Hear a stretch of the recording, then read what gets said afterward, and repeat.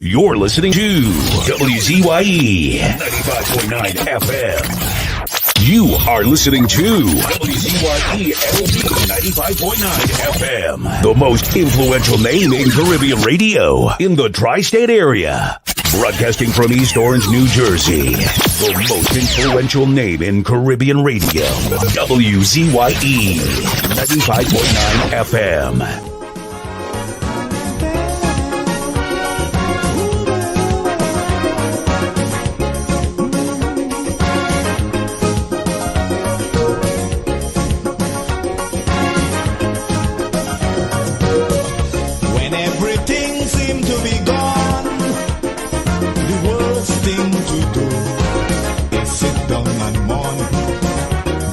Frustration get the better of you and make you do things you should never do. You got to keep the faith, you can't surrender. You never know, tomorrow may be brighter. Behind every dark cloud, there's a silver lining. So don't give up hope now. We gotta keep on trying. Keep on going. We gotta keep on moving on.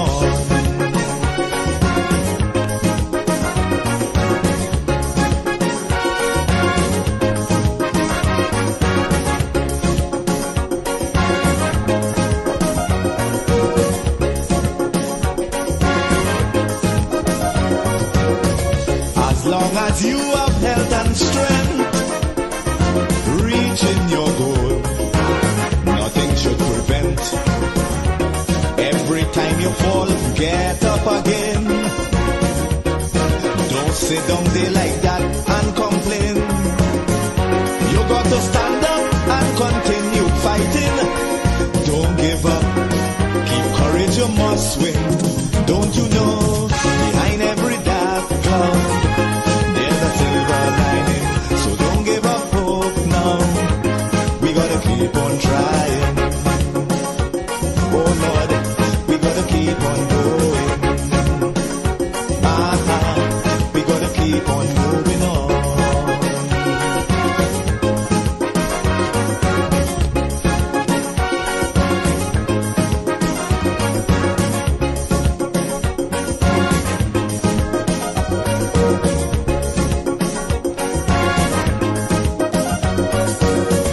Obstacles will get in the way, stumbling blocks to hinder your day, but you can't afford to let them stop you. No matter how hard it is to go through, you got to stand up and continue fighting. Endurance shall win in the ending. Don't you know, behind every dark cloud, there's a silver lining. So don't give up hope now. We gotta keep on trying. Oh Lord, we gotta keep on going. We gotta keep on moving on.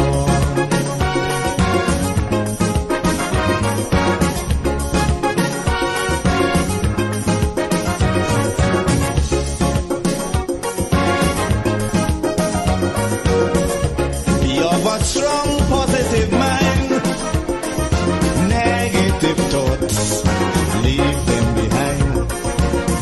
We got to go forward in sure certainty. Let no element humbug that possibility.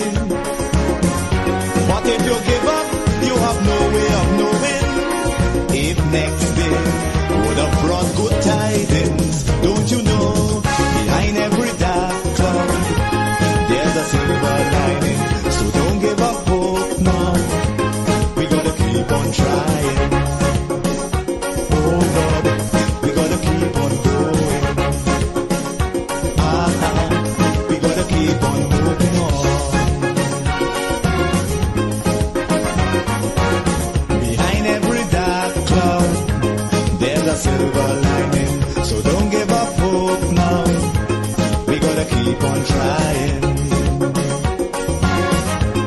We gotta keep on going.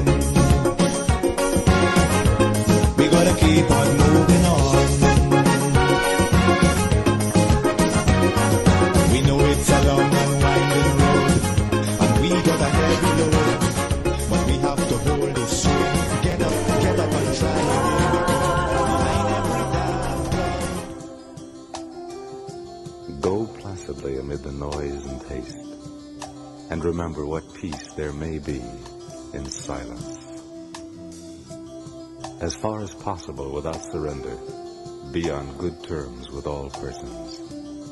Speak your truth quietly and clearly, and listen to others, even the dull and ignorant.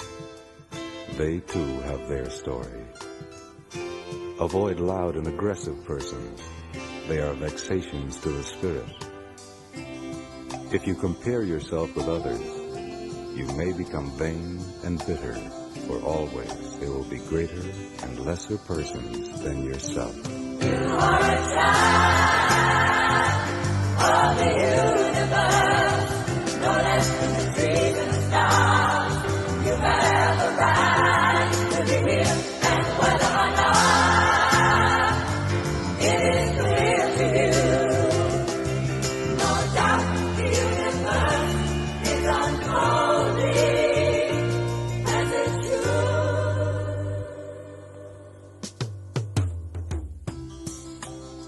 Enjoy your achievements as well as your plans. Keep interested in your own career. However humble, it is a real possession in the changing fortunes of time. Exercise caution in your business affairs, for the world is full of trickery. But let this not blind you to what virtue there is. Many persons strive for high ideals, and everywhere life is full of heroism. Be yourself. Especially do not feign affection. Neither be cynical about love, for in the face of all aridity and disenchantment, it is as perennial as the grass. Take kindly the counsel of the years, gracefully surrendering the things of youth. Nurture strength of spirit to shield you in sudden misfortune, but do not distress yourself with imaginings. Many fears are born of fatigue and loneliness. Beyond a wholesome discipline, be gentle with yourself. You are a child of the universe, no less than the trees and the stars. You have a right to be here. And whether or not it is clear to you, no doubt the universe is unfolding as it should.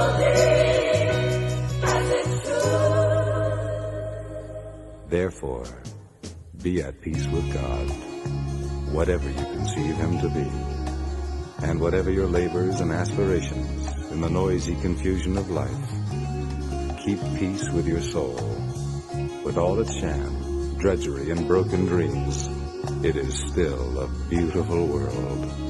Be careful. Strive to be happy. You are a child of the universe, no less than the trees and the stars.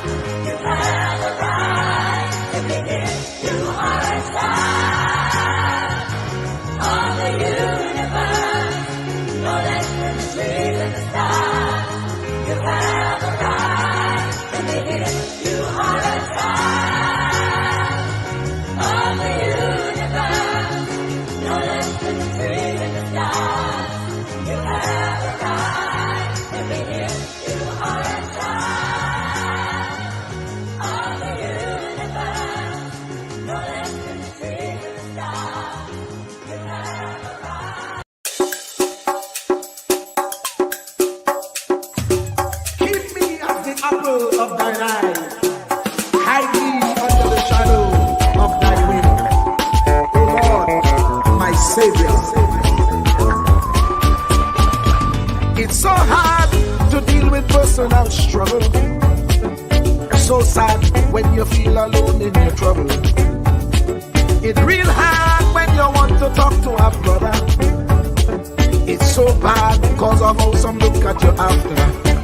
So Jesus, come and be while you fix it. Come and be while you fix it. Come and be while you fix it. Jesus, cover me. Come and be while you fix it. Come and be while you fix it. Come and be while you fix it. Jesus, cover me. Cover my head. Satan want me dead. Cover my back from human attack. So Jesus, cover me while you fix it. Cover me while you fix it. Jesus, cover me while you fix it. Jesus, cover me.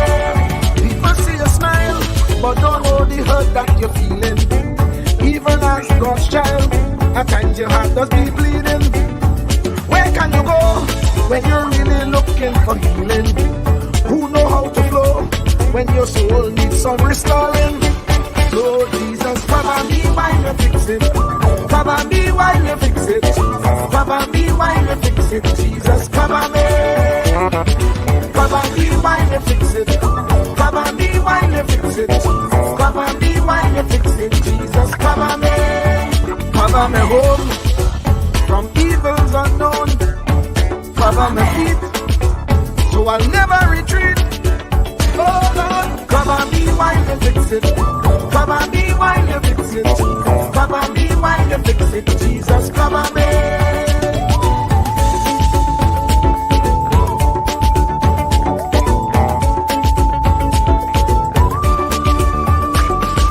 Cover my brother, cover my sister, them who under pressure. Cover the preacher, every church worker, the young believer. Cover the worship leader and intercessor, every gospel minister. Cover. Jesus alone is the one who has the real answer. The one on the throne is the true and loving Father. He will hold your hand and keep you from going under. He will make you stand and let you know he's a fixer. Cover me while you fix it. Cover me while you fix it. Jesus, cover me while you fix it. Jesus, cover me. Cover me while you fix it. Cover me while you fix it. Cover me while you fix it. Jesus, cover me. Cover me mind. You know the struggle sometimes. Cover me mouth, that the wrong thing wouldn't come out. Oh Lord, cover me while you fix it. Cover me while you fix it. Cover me while you fix it. Jesus, cover me. Cover the Christian in the midst of aggression with the power of your right hand. Jesus, cover them helpless children. Jesus, defend them. Send help from heaven. Jesus, cover all them radio stations that blessing the nation. Grant divine protection. Jesus, cover me.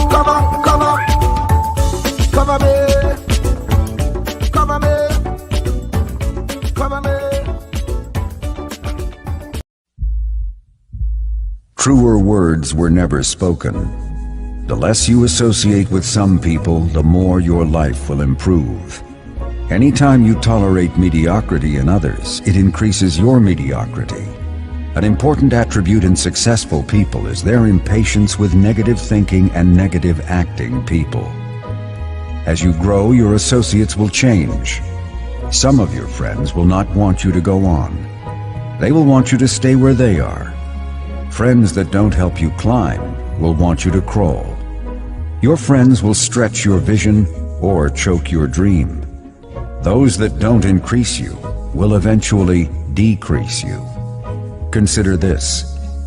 Never receive counsel from unproductive people. Never discuss your problems with someone incapable of contributing to the solution, because those who never succeed themselves are always first to tell you how. Not everyone has a right to speak into your life. You are certain to get the worst of the bargain when you exchange ideas with the wrong person. Don't follow anyone who's not going anywhere. With some people you spend an evening. With others, you invest it. Be careful where you stop to inquire for directions along the road of life. Wise is the person who fortifies his life with the right friendships. If you run with wolves, you will learn how to howl. But if you associate with eagles, you will learn how to soar to great heights.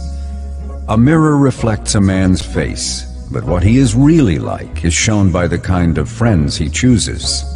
The simple but true fact of life is that you become like those with whom you closely associate, for the good and the bad. Note, be not mistaken. This is applicable to family as well as friends. Yes, do love, appreciate, and be thankful for your family, for they will always be your family, no matter what.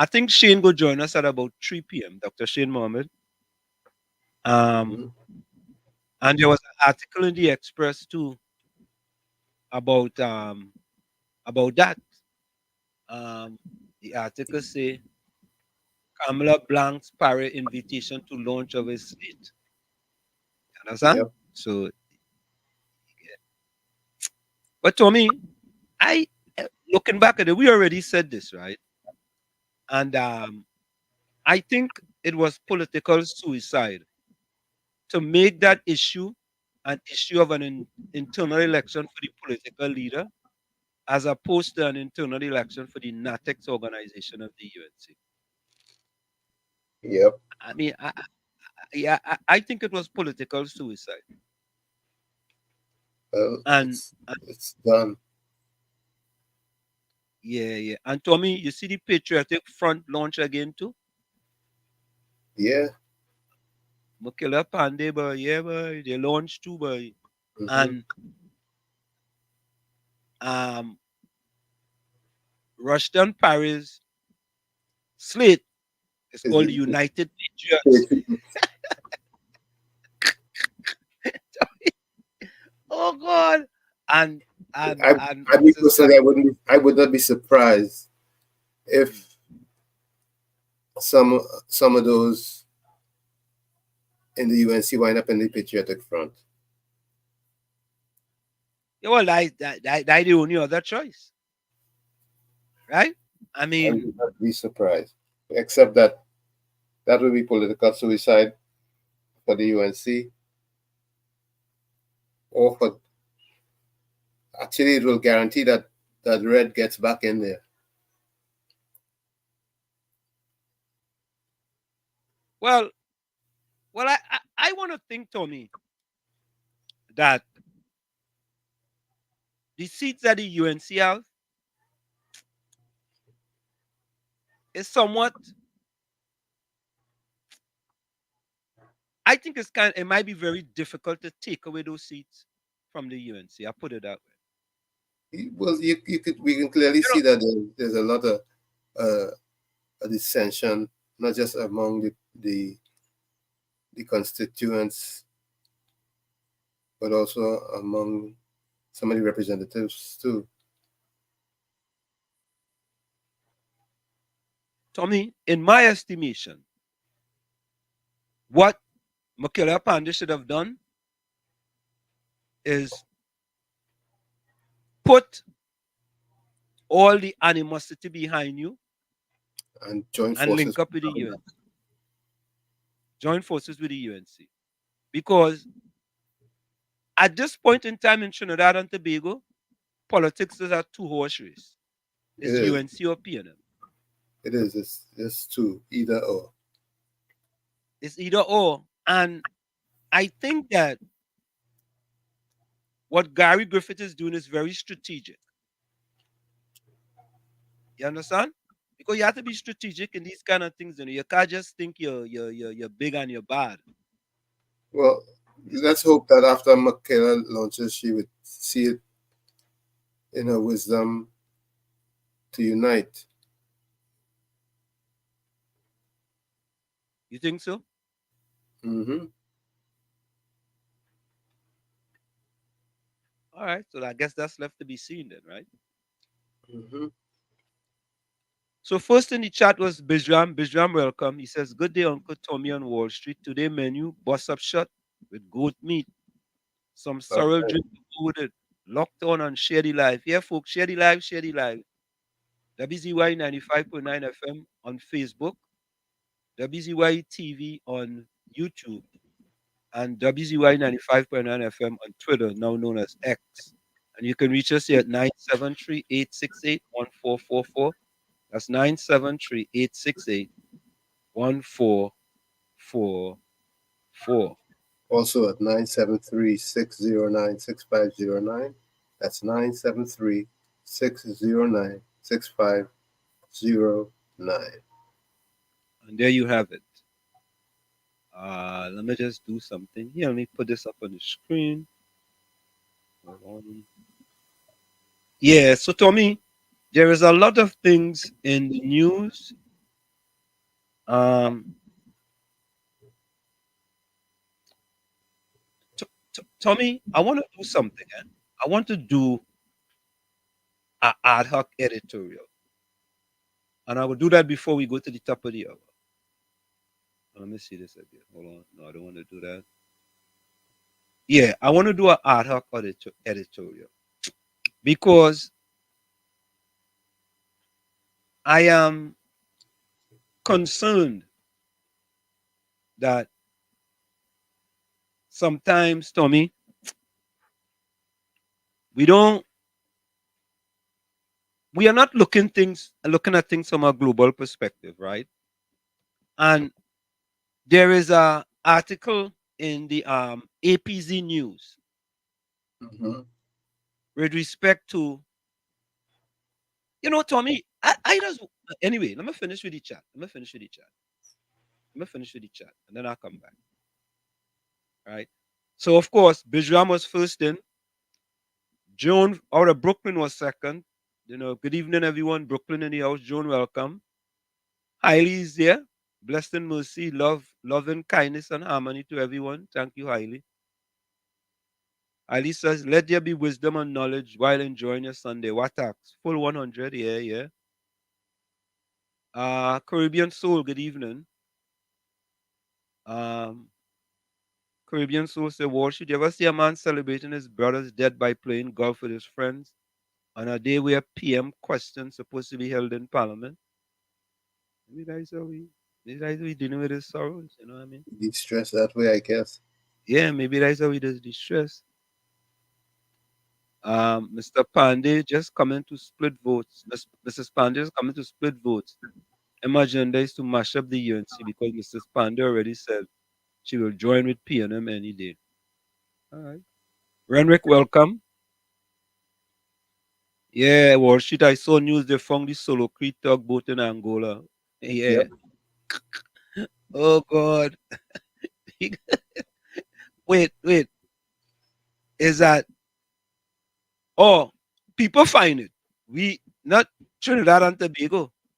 It just showed up in Angola, and the next thing you know, we say it in Angola, right? I think I think some action was taken. By the Yep. Trinidad and Tobago government.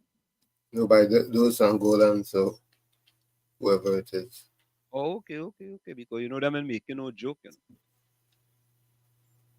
Them and making joking. I'm serious and serious. So yeah, Tommy, we have the an article in the AZP News by a gentleman.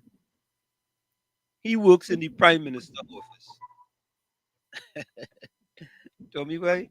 And he works in the Prime Minister office, right? And he's trying to convince people that the academy in Trinidad and the second academy is good for Trinidad and Tobago. And he works in the Prime Minister office, eh? And we're gonna do an editorial on that. And I You would you expect anything else? know, yes, Tommy, I'll expect something else. Why? Tommy, if I am the political leader, why would I have someone who works in the Prime Minister office to write an article? Why? Hey, any by any means necessary, it's getting it done. Yeah, but why don't you get somebody who's a Or PNM who don't work and let them write the article? Why not? I don't Eh? know.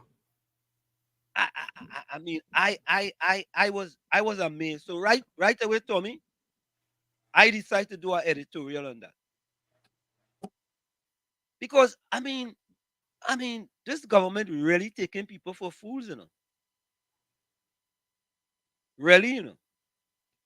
You're So the we know. first or the last to know. Say that again. I said you must be the last one to know. Maybe, maybe, but here's the editorial, folks. This is an editorial on an article in AZP News with respect to a young man who works in the office of the Prime Minister. And let me tell you, Tommy, I read through the whole article, and you think I should?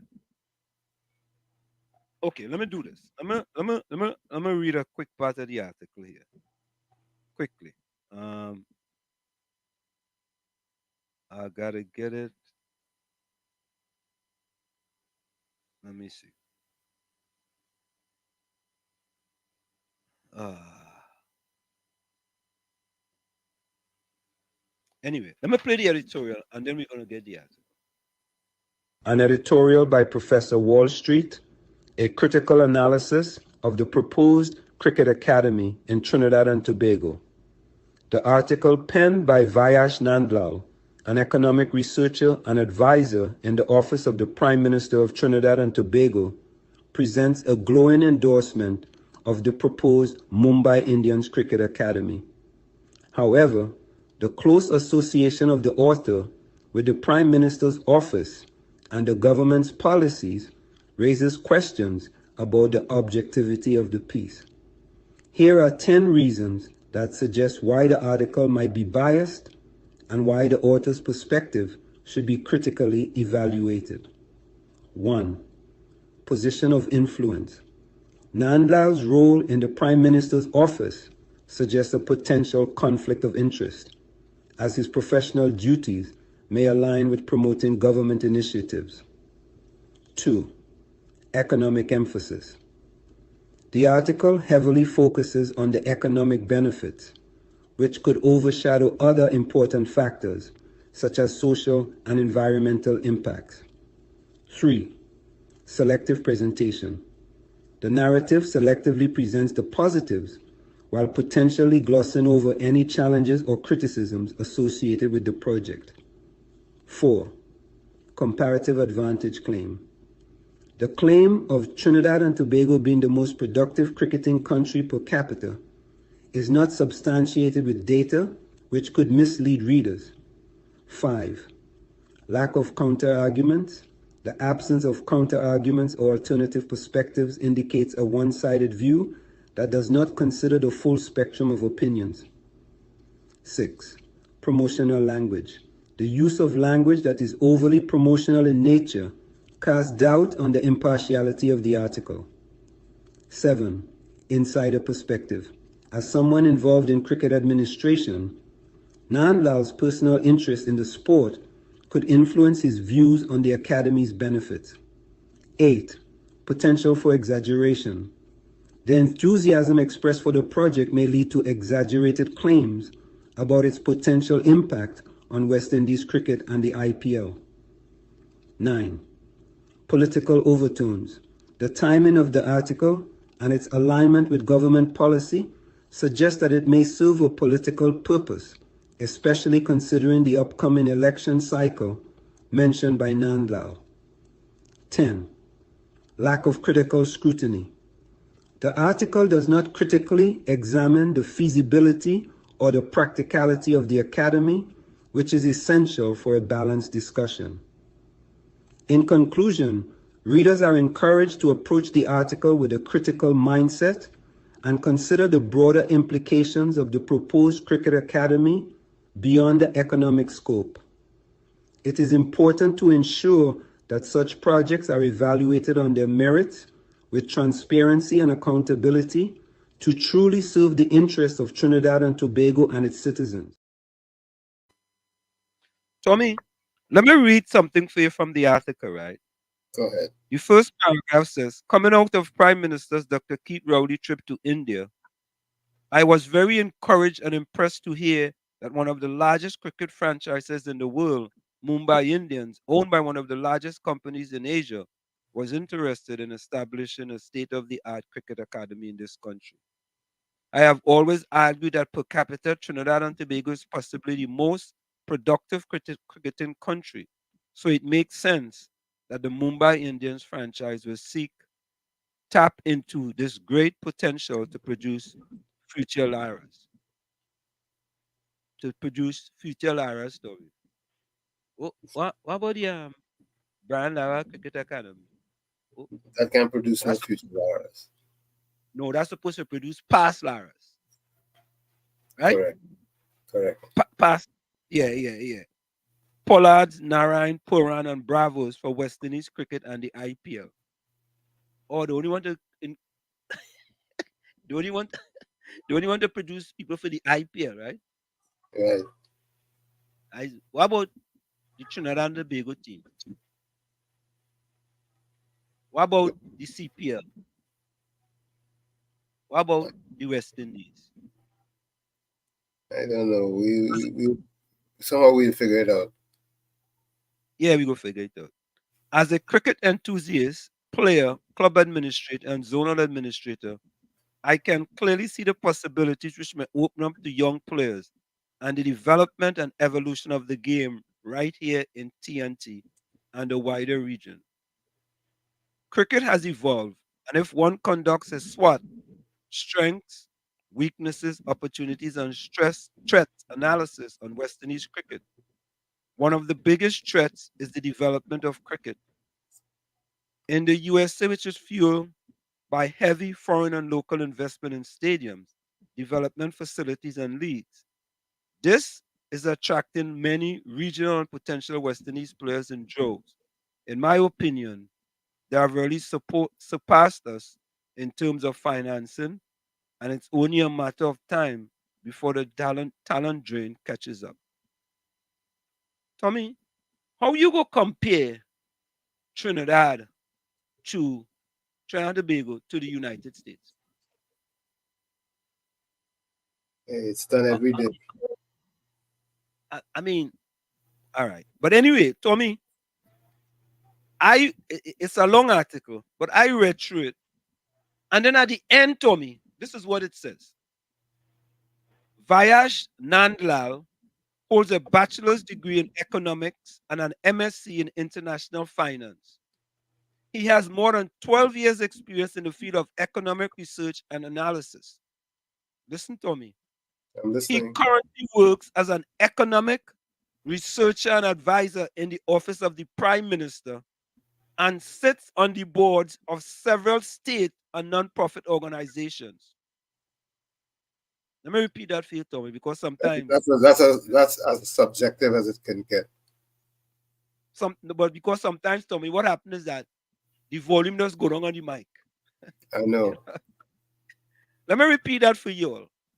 This person penned an article in AZP News titled Benefits of Mumbai Indians Cricket Academy in Trinidad. And at the end of the article, the person says, I repeat for you guys, Vayash Nandlal, the person who wrote the article, holds a bachelor's degree in economics and an MSc in international finance. He has more than 12 years' experience in the field of economic research and analysis. He currently works as an economic research and advisor in the office of the Prime Minister and sits on the board of several state, sits on the board of several state, sits on the board of several state, sorry, and non-profit organizations. That, Tommy, make, that makes him an expert, right? I I am glad that I am glad that I hope AZP News get a little check for that Hmm. for that article. Yeah, yeah, yeah, yeah. Has to be. Yeah. Beverly Biddy, welcome. Beverly, where you joining us from? Welcome, Beverly. Welcome, welcome, Beverly.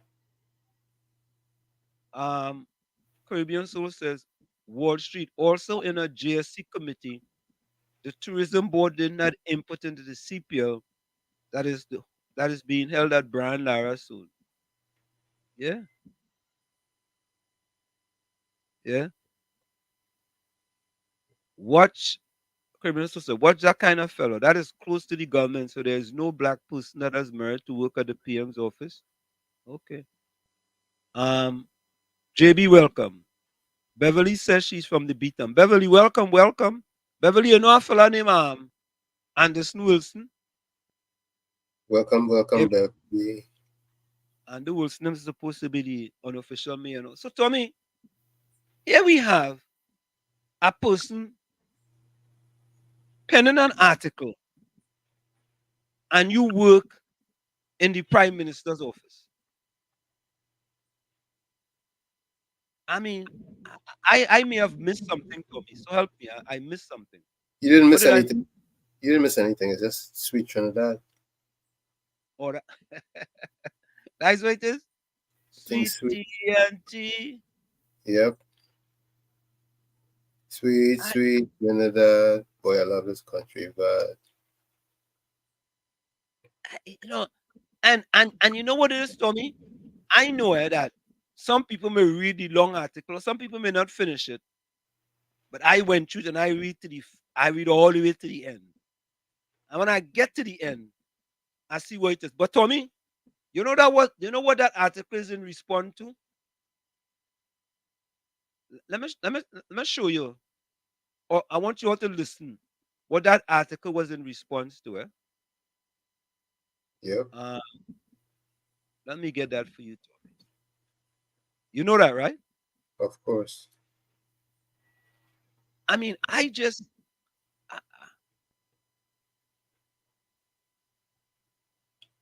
here it is. Creating a sports development academy in Trinidad and Tobago instead of another cricket academy, an editorial by Professor Wall Street. Creating a sports development academy akin to the IMG Academy in Trinidad and Tobago could have been a strategic move for Prime Minister Dr. Keith Rowley, particularly considering the potential for foreign direct investment, FDI, and the benefits of sports tourism. While the decision to establish another cricket academy has been defended, there are several reasons why a more diversified sports academy could be advantageous. Here are 10 reasons why. 1. Broader impact. A multi-sport academy like IMG could cater to a variety of sports, impacting a larger segment of the youth and potentially uncovering a wider range of talents. 2. Diversification of sports. It would encourage diversification in sports, reducing the over-reliance on cricket and promoting other sports where Trinidad and Tobago could excel internationally. 3. Increased FDI. Such an academy could attract significant FDI through partnerships, sponsorships, and investments from global sports entities interested in developing talent in the Caribbean. 4. Enhanced sports tourism. A world-class sports facility can be a major draw for sports tourism, leading to increased visitor numbers and associated economic benefits. 5. Job creation. The development and operation of a large-scale sports academy would create numerous jobs, from coaching and training to facility management and hospitality. 6. Community development. The academy could serve as a community hub, providing educational and social opportunities alongside sports training. 7. Global recognition. By producing top-tier athletes across various sports, the country could gain international recognition, enhancing its reputation as a center for sports excellence. 8. Economic stimulus. The influx of students, families, and sports professionals attending events or training at the academy would stimulate the local economy. 9. Utilization of existing facilities. Integrating the underutilized Brian Lara Cricket Academy into a larger sports complex could maximize its use and return on investment. 10. Long-term sustainability. A diversified sports academy could ensure long-term sustainability and relevance by adapting to changing sports trends and demands. In conclusion, while the establishment of another cricket academy may have its merits, the creation of a comprehensive sports development academy could offer more substantial and far-reaching benefits for Trinidad and Tobago, both in terms of sports development and economic impact. It's an opportunity to leverage sports as a vehicle for growth, inclusivity, and global engagement. Professor Wall Street proposed the establishment of the Sports Development Academy Corporation of Trinidad and Tobago, modeled after the renowned IMG Academy. However, the PNM dismissed the proposal, relegating it to the discard pile. JB, welcome. Good afternoon, Washington. Well, I don't know why you beat up yourself with Viash. Of course, I mean, Viash is a very good friend of the Prime Minister, Dr. Keith Rowley. He works in your office of the Prime Minister along with Dr. Keith Rowley. Dr. Keith Rowley was also a friend, a guest, invited guest to his wedding. And he also contested the presidency of the Heliconia Foundation. He's a bona fide member of the People's National Movement. So any post he's going to put there is definitely going to be very much lenient to that of Dr. Keith Rowley, who we have known for a very long time now. So I won't even be bothered about what that article or post. I read part of it and I just basically dismissed it and paid them propaganda to when they had some sort of persons who are against this proposal for the sporting center. Personally, my whole feeling about the sporting center that it doesn't make any sense, and especially at this point in time. It's not going to win friends or influence new voters to the PNM cause. And even that, and that, and also the 55 million plus zoo they want to build there with the cinema inside it. And I mean, the biggest question that I ask myself is that who is getting the contract there for that zoo? For the cinema in the zoo, Yep. because I mean, I doubted very much that David Chen going to get the contract for the cinema in that zoo because he is right, and he and the government are not in good favor because he earned taxes, of course, but the Jara from IMAX, they're not getting it. So the only person I guess he getting that cinema in that zoo is Caribbean Cinema 6, which of course the PNM will have some say inside it because they already own this Trinity Mall. So these are the questions we need to be asking ourselves, but that whole article there, but I'm disappointed. I thought Viash would basically stay out of it, but of course he was asked to bat for his boss, the Prime Minister, and he wrote an article trying to bat for his Prime Minister. That's all I have to say. All right, man. Thanks a lot. Well, thanks a lot. Well, Tommy, you know what happened? You went to bat and you get stumped out. Because I didn't know the Prime Minister went to his wedding and all kind of thing like that. All I see is that the man working in the Prime Minister office. I said, but Tommy, how could you, Tommy, oh, what a tangle web we weave when we try to deceive. Oh, yeah.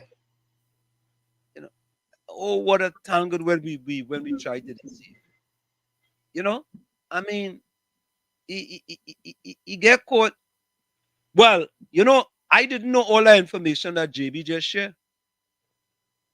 All I know, the man, I didn't even know who he was, Tommy, to be honest with you. Well, you know. Yeah, that's what I tell you get stumped out.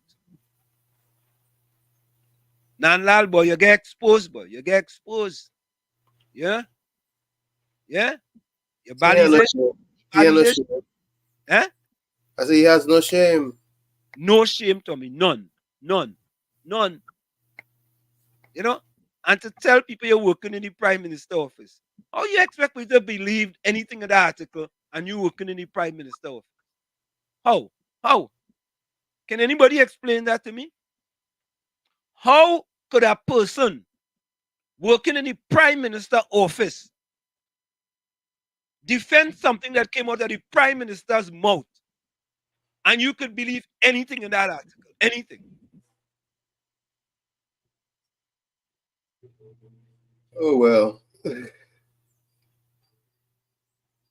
Tommy, help me, man. You gotta help me with this, man. Because I just go off base sometimes. Help me, man. No, you... Bring me back. Tell me, bring me back into focus, Tommy. Bring me back into focus. No, your focus is clear. Focus is clear. There's no question about the clarity of your focus.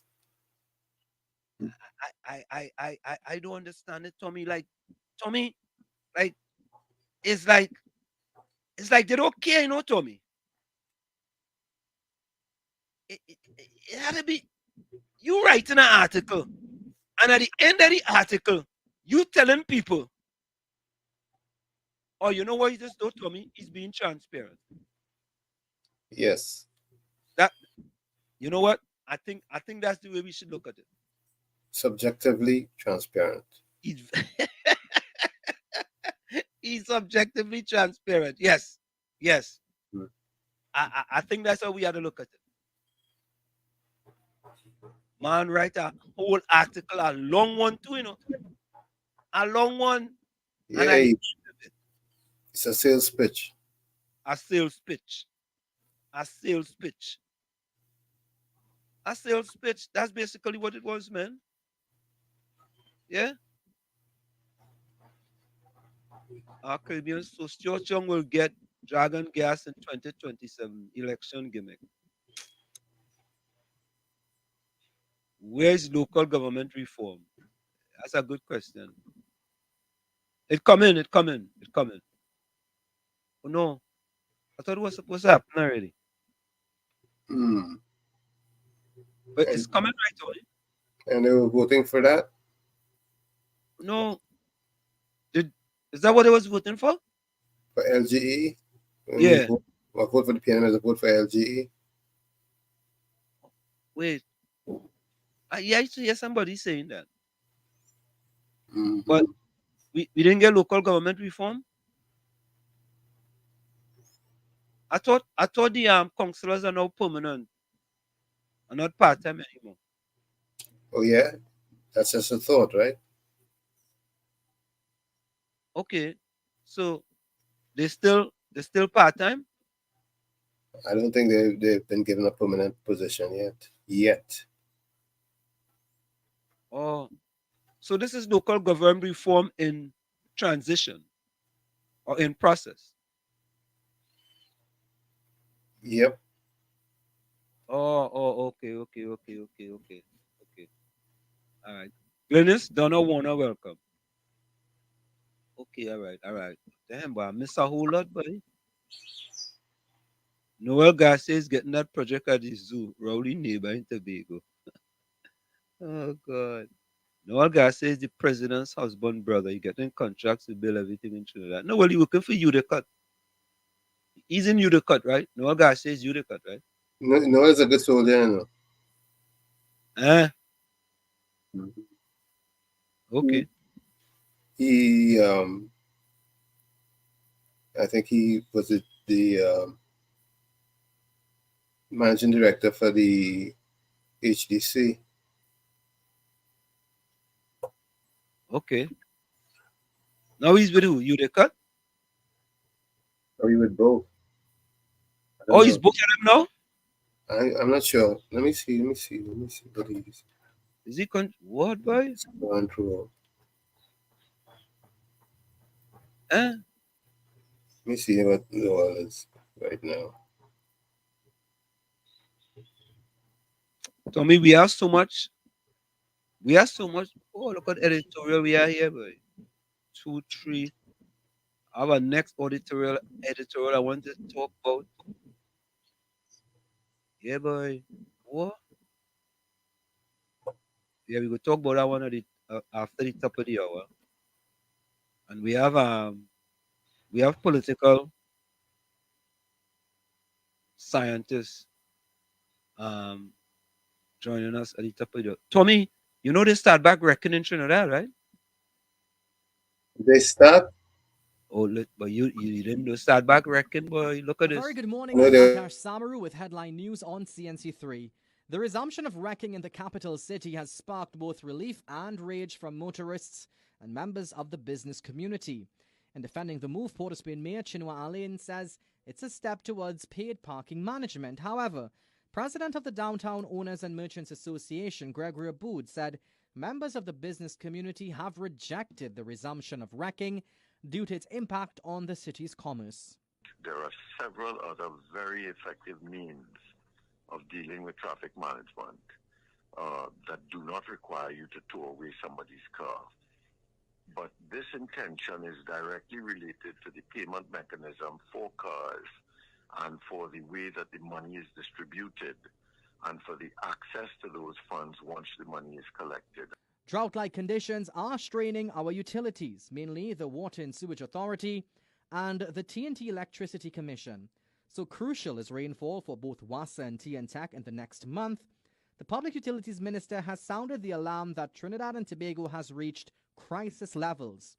Minister Marvin Gonzalez said the clock is ticking as reservoirs get lower and lower because of little to no rainfall. Most of our reservoirs around the country are below 50%.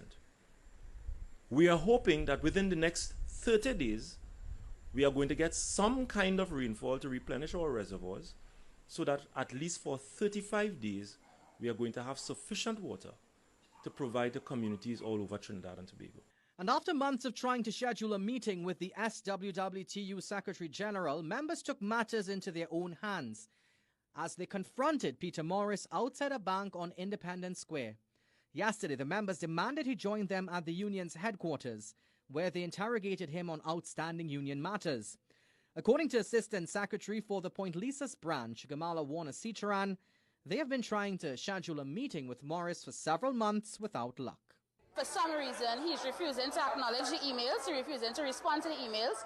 Every time we ask for dates, there's no date. He decided that he will set the date for the 29th of May and letting one of the members know he will meet me when he's ready to meet us. Well, those were your 7 a.m. news headlines.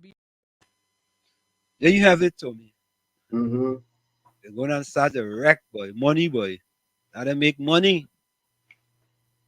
More money, more money, more money. Just got a text here. From the person says, "Wall, people like that have real stomach. They could eat an afterbirth. Shameless." Oh God. What boy? Tommy boy? I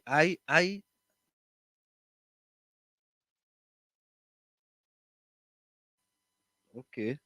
I thought we had transparency and accountability. The man not just working in the Prime Minister office, you know. He on several state boards too, you know. He tell you, you know. He on state boards too, you know, Tommy. Tommy boy, why we can't just get it done correctly, Tommy?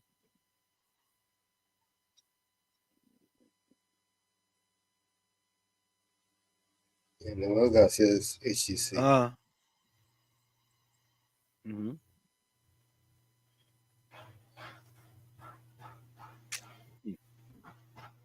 Yeah, it's just unbelievable, man. Unbelievable. Yeah. And Tommy, when we come back, you hear the problem with the Auditor General report and that. Oh yeah. There was an MP who gained $700 and something thousand, and it's no part of the Auditor General report, you know. Tommy, what is going on in the country, Tommy boy? What is going on, Tommy boy? Ah boy. Tricky dad.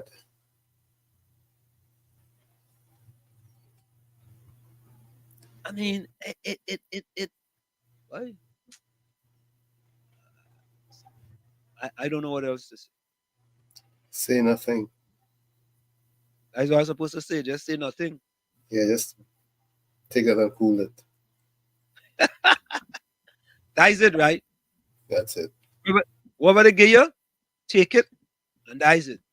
Cool yourself. Yeah, that's it. Oh man, the stuff just, it's never ending. But anyway, folks, we're gonna go for a quick station identification and Sunday talk. Let's talk politics with Uncle Tommy, Professor Wall Street, and you don't forget share the live. WZYE 95.9 FM on both Facebook and Twitter, and WZYE TV on YouTube. And the numbers here are 973-868-1444.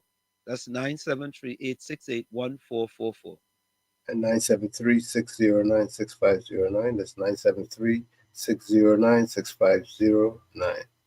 We'll be right back after this. You're listening to WZYE 95.9 FM. You are listening to WZYE LP 95.9 FM, the most influential name in Caribbean radio in the tri-state area. Broadcasting from East Orange, New Jersey, the most influential name in Caribbean radio. WZYE 95.9 FM. we are back with you. Tommy, we started to play this song a while ago. And more and more, this song is becoming significant. This is oh Lord, Trinidad and Tobago. This is DJ Bravo. I'm hurting, This is a sad place. My country turned into a sad place. When I look around, it's only sad face. Our country turned into a sad place. All I see in front of me, nightmares turn into reality. Like somebody build a monster factory. Parliament up again parliament economy. But let the moderator say another body in a drain. Somebody girl child missing, another rape again. And next road stain with somebody's sunburn. Who take the S out of Port of Spain? This is a sad place.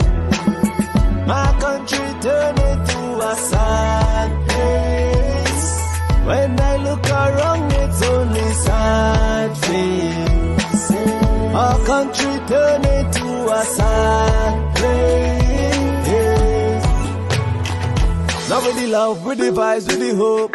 Now tell me something, how we really want we cope. When the children breathing in too much gun smoke. And the Coast Guard can never see a boat. You're sounding like some goats when they come looking for votes. Fit the empty promises, reading like a horoscope. Justice for sale in a fat envelope. Politically, all the answers is a joke. This is a sad place. My country turned into a sad place. When I look around, it's only sad face. Our country turned into a sad place. All I see in front of me, nightmares turn into reality. Like somebody build a monster factory. Parliament up again parliament economy. But let the moderator say another body in a drain. Somebody girl child missing, another rape again. And next road stain with somebody's sunburn. Who take the S out of Port of Spain? This is a sad place. My country turned into a sad place. When I look around, it's only sad face. Our country turned into a sad place. It doesn't matter the religion, the color, the creed, or the race. It's our responsibility to take care of our place. Champion.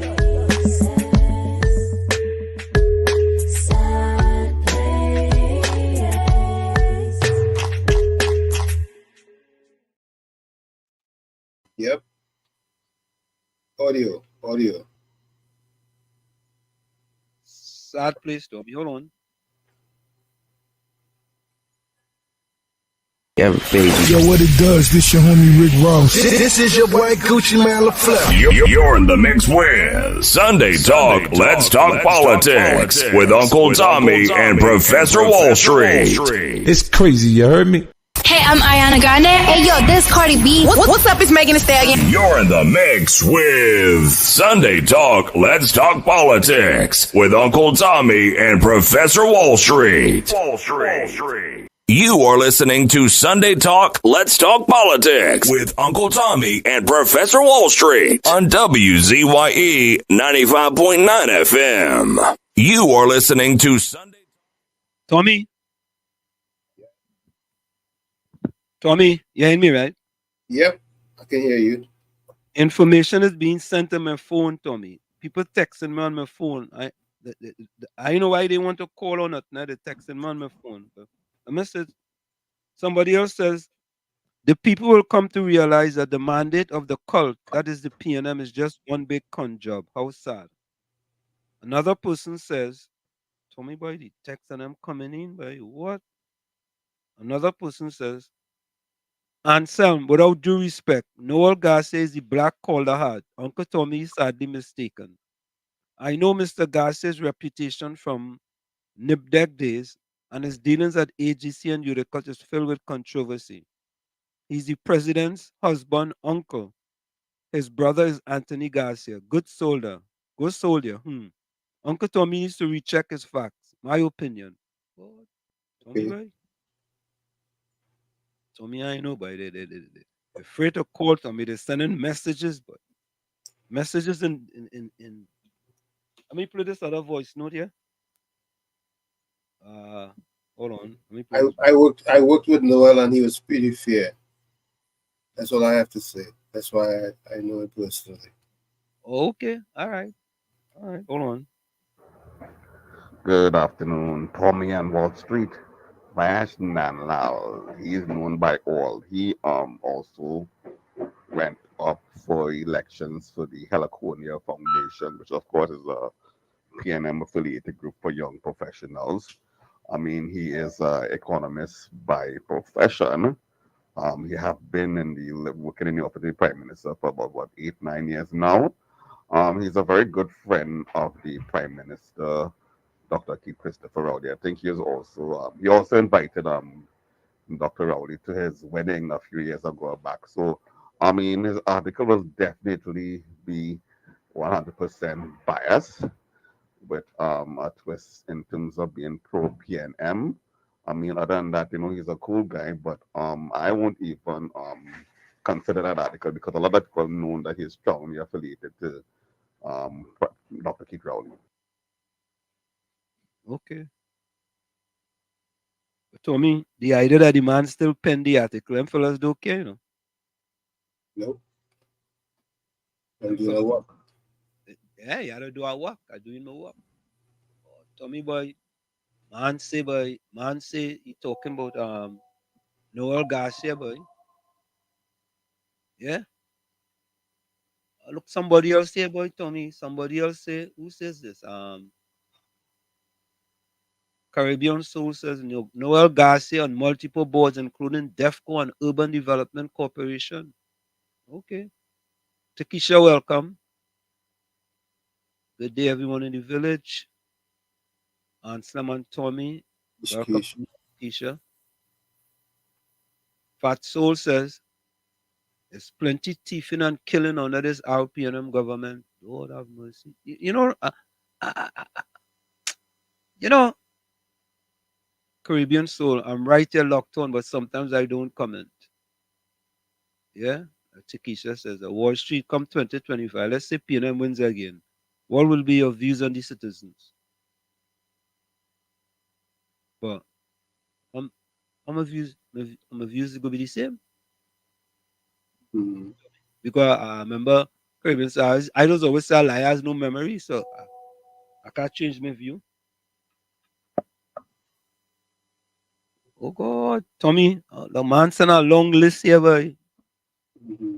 Here are some major controversies involving Noel Garcia in Trinidad. Last Arturas inquiry, Udicut appointment of interim CEO, PNM insider allegations, political controversies. Oh God, the man sent a long list, boy. Tommy, boy. Tommy, you inject the fella, boy. You gave my injection, boy, Tommy. No, but I mean, Noel is a PNM stalwart. Everybody knows that. I'm just saying that my interaction with him was that he was pretty fair with me and to me. I didn't have any issues with him. Yeah, I understand that. You can't, you can't, you cannot, you cannot deal with a person the way how they deal with other people. You could only deal with a person based on your experience. My experience. Right. I understand that. I understand that. It doesn't mean to say he can't be a crook, but when you know it's you, he's not a crook. No, everything was above board. Oh yeah, and that's fine. I understand that too. You know what I mean? You can't judge a man based on another's man opinion of him.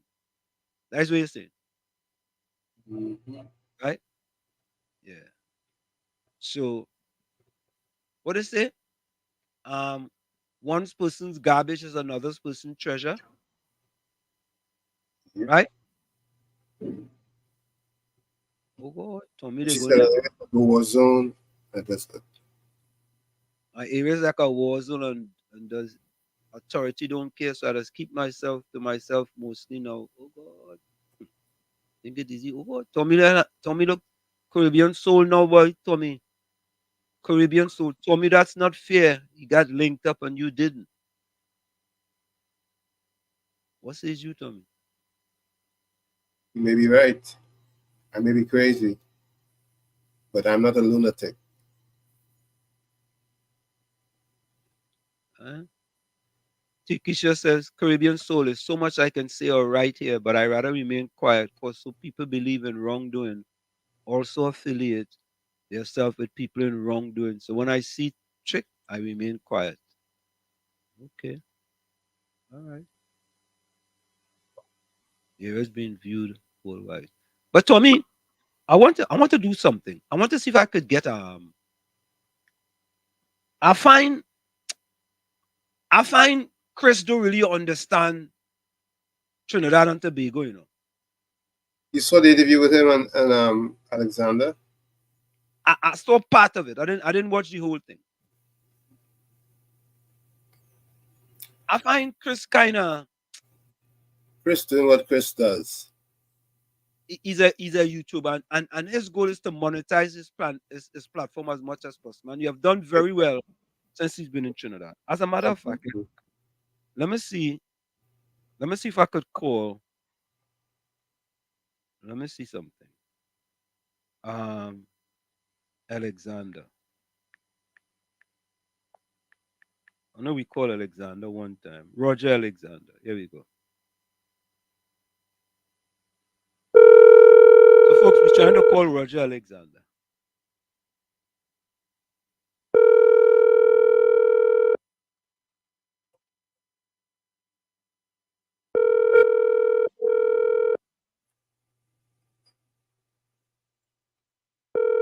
We're trying to call Xander. I just call him, right? Xander, right?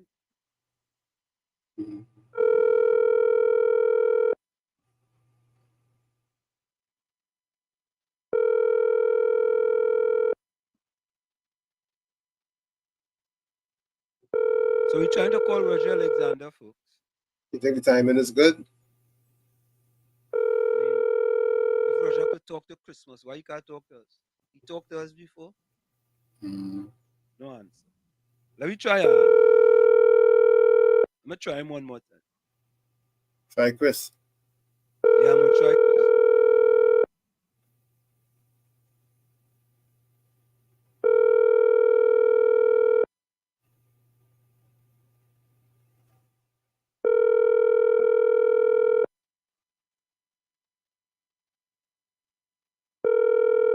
Chris might be out doing another video, you know, because he's doing videos galore, you know. Who you calling now? Every day doing a video, you know. And he racking up the views, you know. Hey, that's what he does. That's what he does. Yeah. He's working.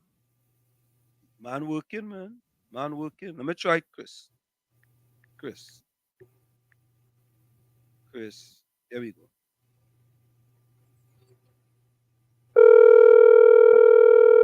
So we trying Christmas. Hello, Chris. Yes. Chris, Yes. you are live on WZYE 95.9 FM here in New York, New Jersey. It is Anselm, better known as Professor Wall Street, and Uncle Tommy. You have a minute, Chris? Yes, most definitely. Chris, how are you doing? I'm doing well. Yourself? Good afternoon, You know, Chris. Afternoon. Yes, hello. Chris, I've been the guy that's been trying to get you here on WZYE, you know, for a little bit. I know you're very busy in Trinidad and Tobago. But Chris, I want to ask you a question, right? We are here in the United States of America. Do you think that you might be given a sort of distorted view of Trinidad and Tobago? Sorry, do you believe I'm giving a distorted view? Yeah, from the videos that you are doing, it's like, Right. you know, that your view might be kind of distorted because, you know, have you been to Westmoreland, for example? Well, I've been all over Trinidad, but I mean to answer your question directly, it could be the lens could be distorted depending on who's watching the videos, right? To an elderly couple that lives in a beautiful house up on the top of a mountain, my kind of videos are not reality to them. It's way over their head. I mean, but the issues that I'm covering are real issues that are plaguing this country. So do you think we have a crime problem? And do you think there's a crime problem in Trinidad and Tobago? I'm sorry, I could barely hear you. Do Do I you? think there's a Yeah. Do you think there's a crime problem in Trinidad and Tobago? 100%? Yes. Yeah. And I mean, I know you interviewed Roger Alexander. Based on you coming from outside, right?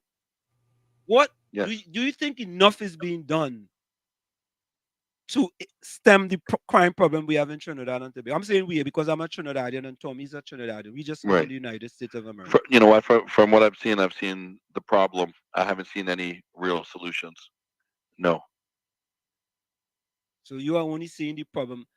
Now, Chris, is it that because of you being an outsider that they allow you to go into these communities as opposed to myself, who is a Trinidadian? If I go back home, there's a great possibility I might not be allowed to go into those communities, even though I was born in Trinidad and Tobago.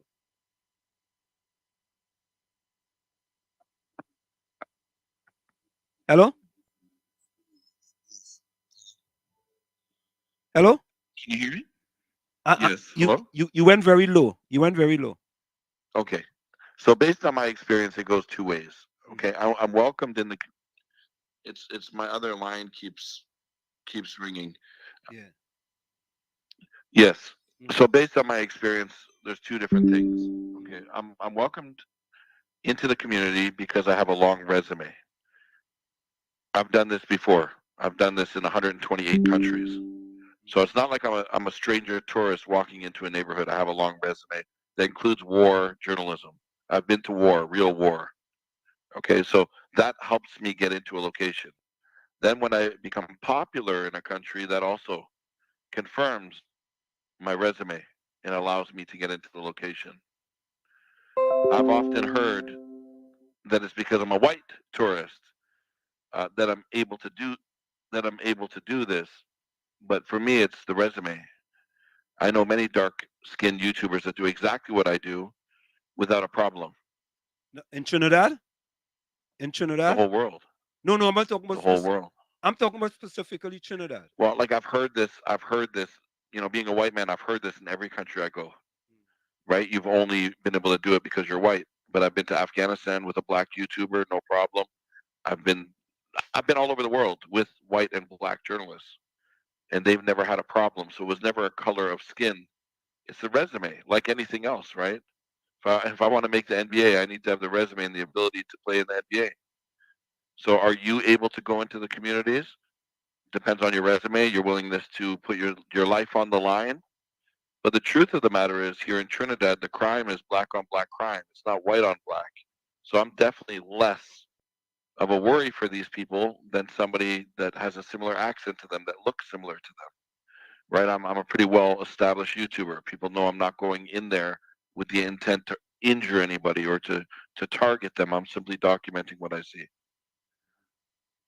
You know what I would like to see, Chris. I'm not trying to tell you what to do, but I Yes. like to see you go into Westmoreland and get their opinions too. You know, because Westmoreland is the other side. Westmoreland is the place when we have in Trinidad and Tobago. They say Eastmoreland. Eastmoreland is like East Port of Spain and so on, and then there's Westmoreland. But you have to understand, right? So, like, I wasn't brought here by the tourism board. I don't have an agenda.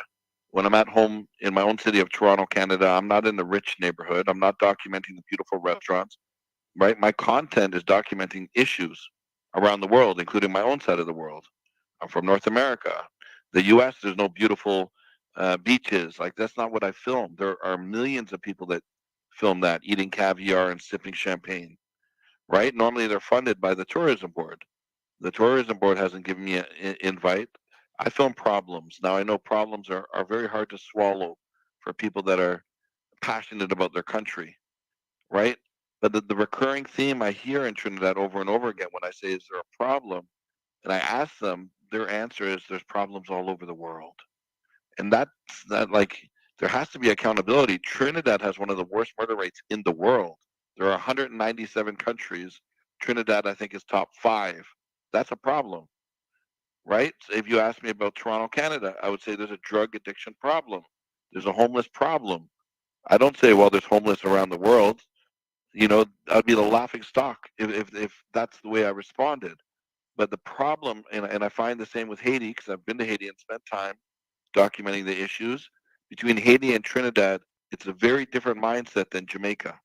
When you tell Jamaica the crime rate is high, they say, yes, it is. We got to fix it. When I tell Trini that the crime rate is high, they say, no, there's problems around the world. So Chris, There's no accountability. Right. So Chris, what I'm hearing you saying is that in this specific situation, with respect to crime, instead of us starting to acknowledge that we have a problem, right? Yes. We kind of put it off and say, yeah, well, America have it too. This place have it too. Every time you raise it up, people are always saying that, yeah, well, and they tend to compare most of the time to the United States of America, right? Yes. So you are saying that people have to start acknowledging the problems that we have in order for us to really start fixing it. Right, 100%. In the USA, I would tell you, people ask me, every country I've been to, I would say the USA is the most dangerous country I've ever been to. There are definitely parts in every state that are very dangerous. So I'm not saying that's not the truth, but Trinidad has to fix what's going on right now. It's a beautiful country. There are problems.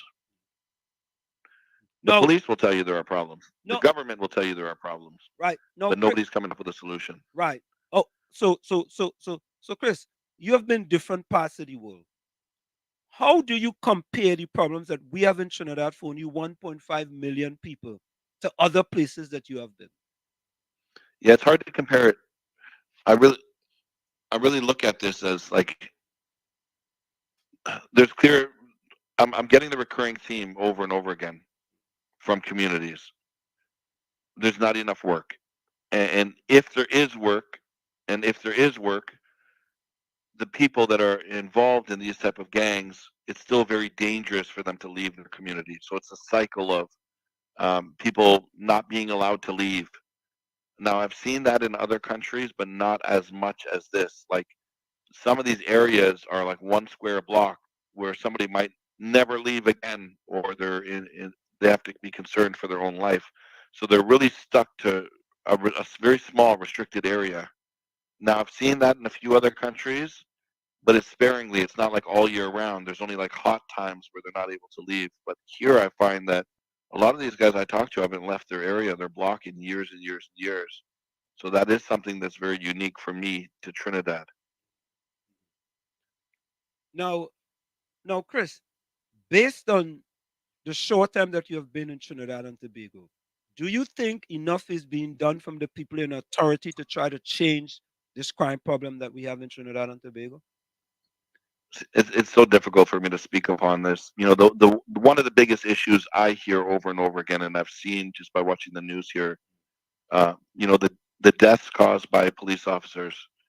Um, you know, a lot of these gang members, and I respect the police, and I know they have a very difficult job.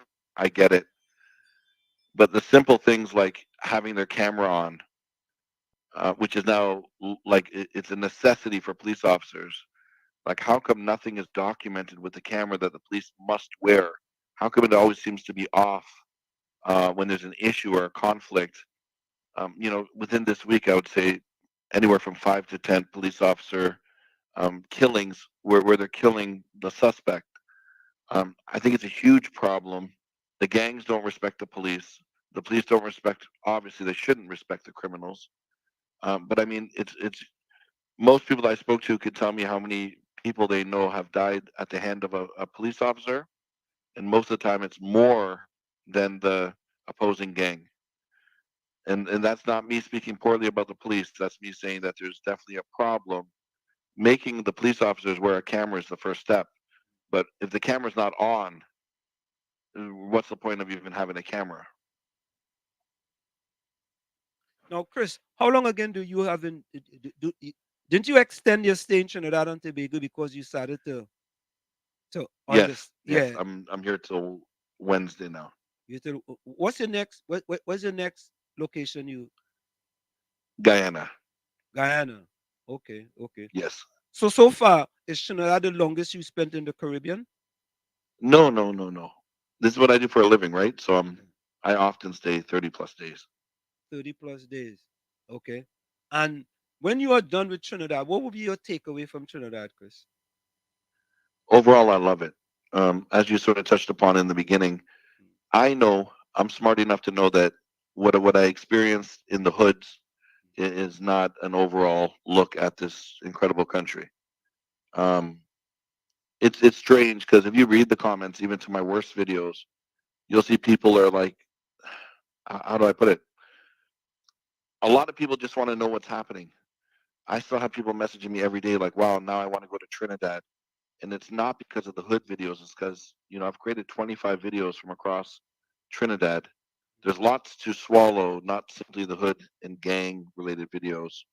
But I think most people respect the fact that it's out in the daylight. You could judge for yourself what's been happening in Trinidad. It's like everything's hidden. You see the murders every day.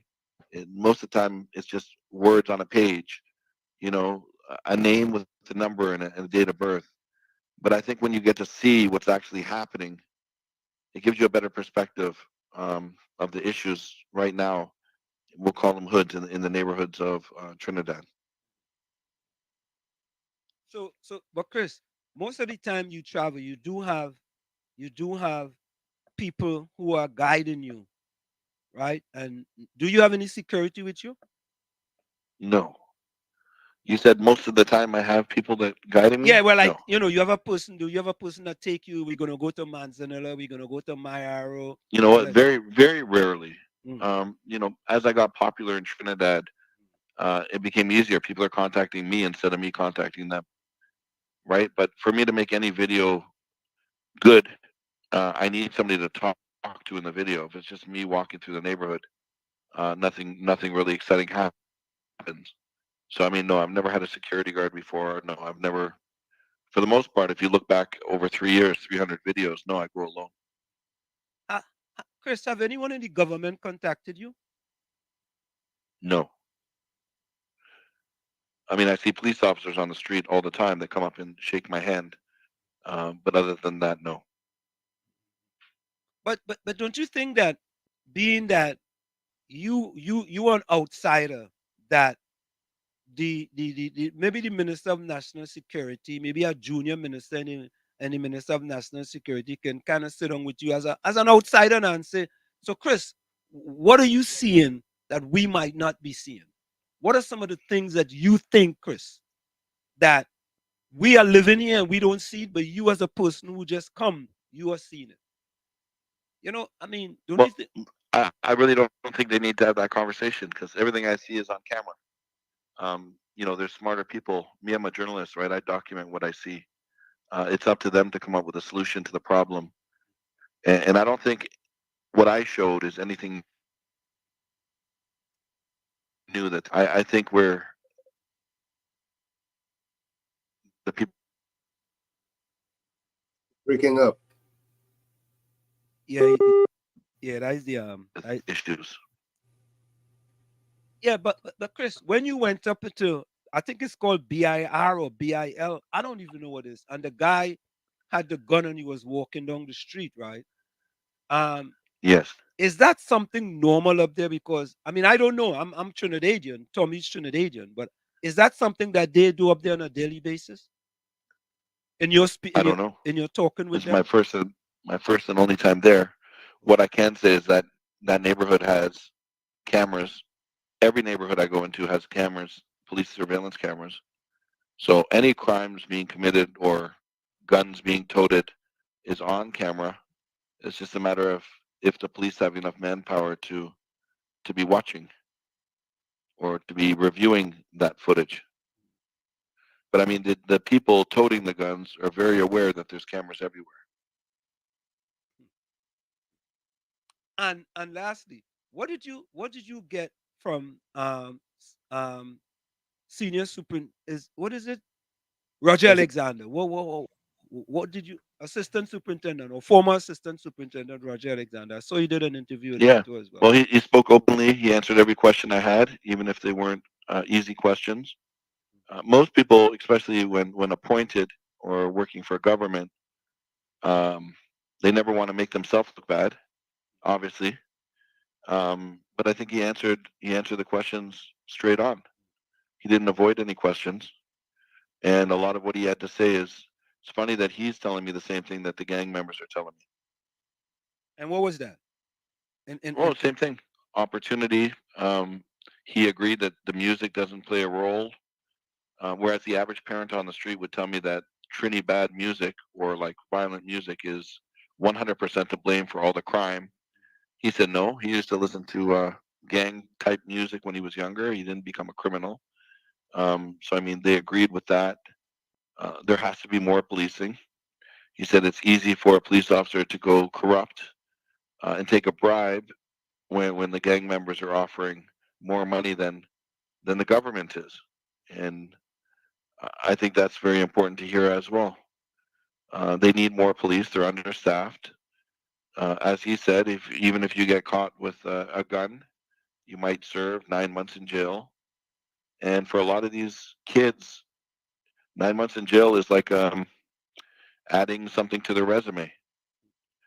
Like you got to understand that the average gang member doesn't think like you or I. They don't think about going to court or going to jail.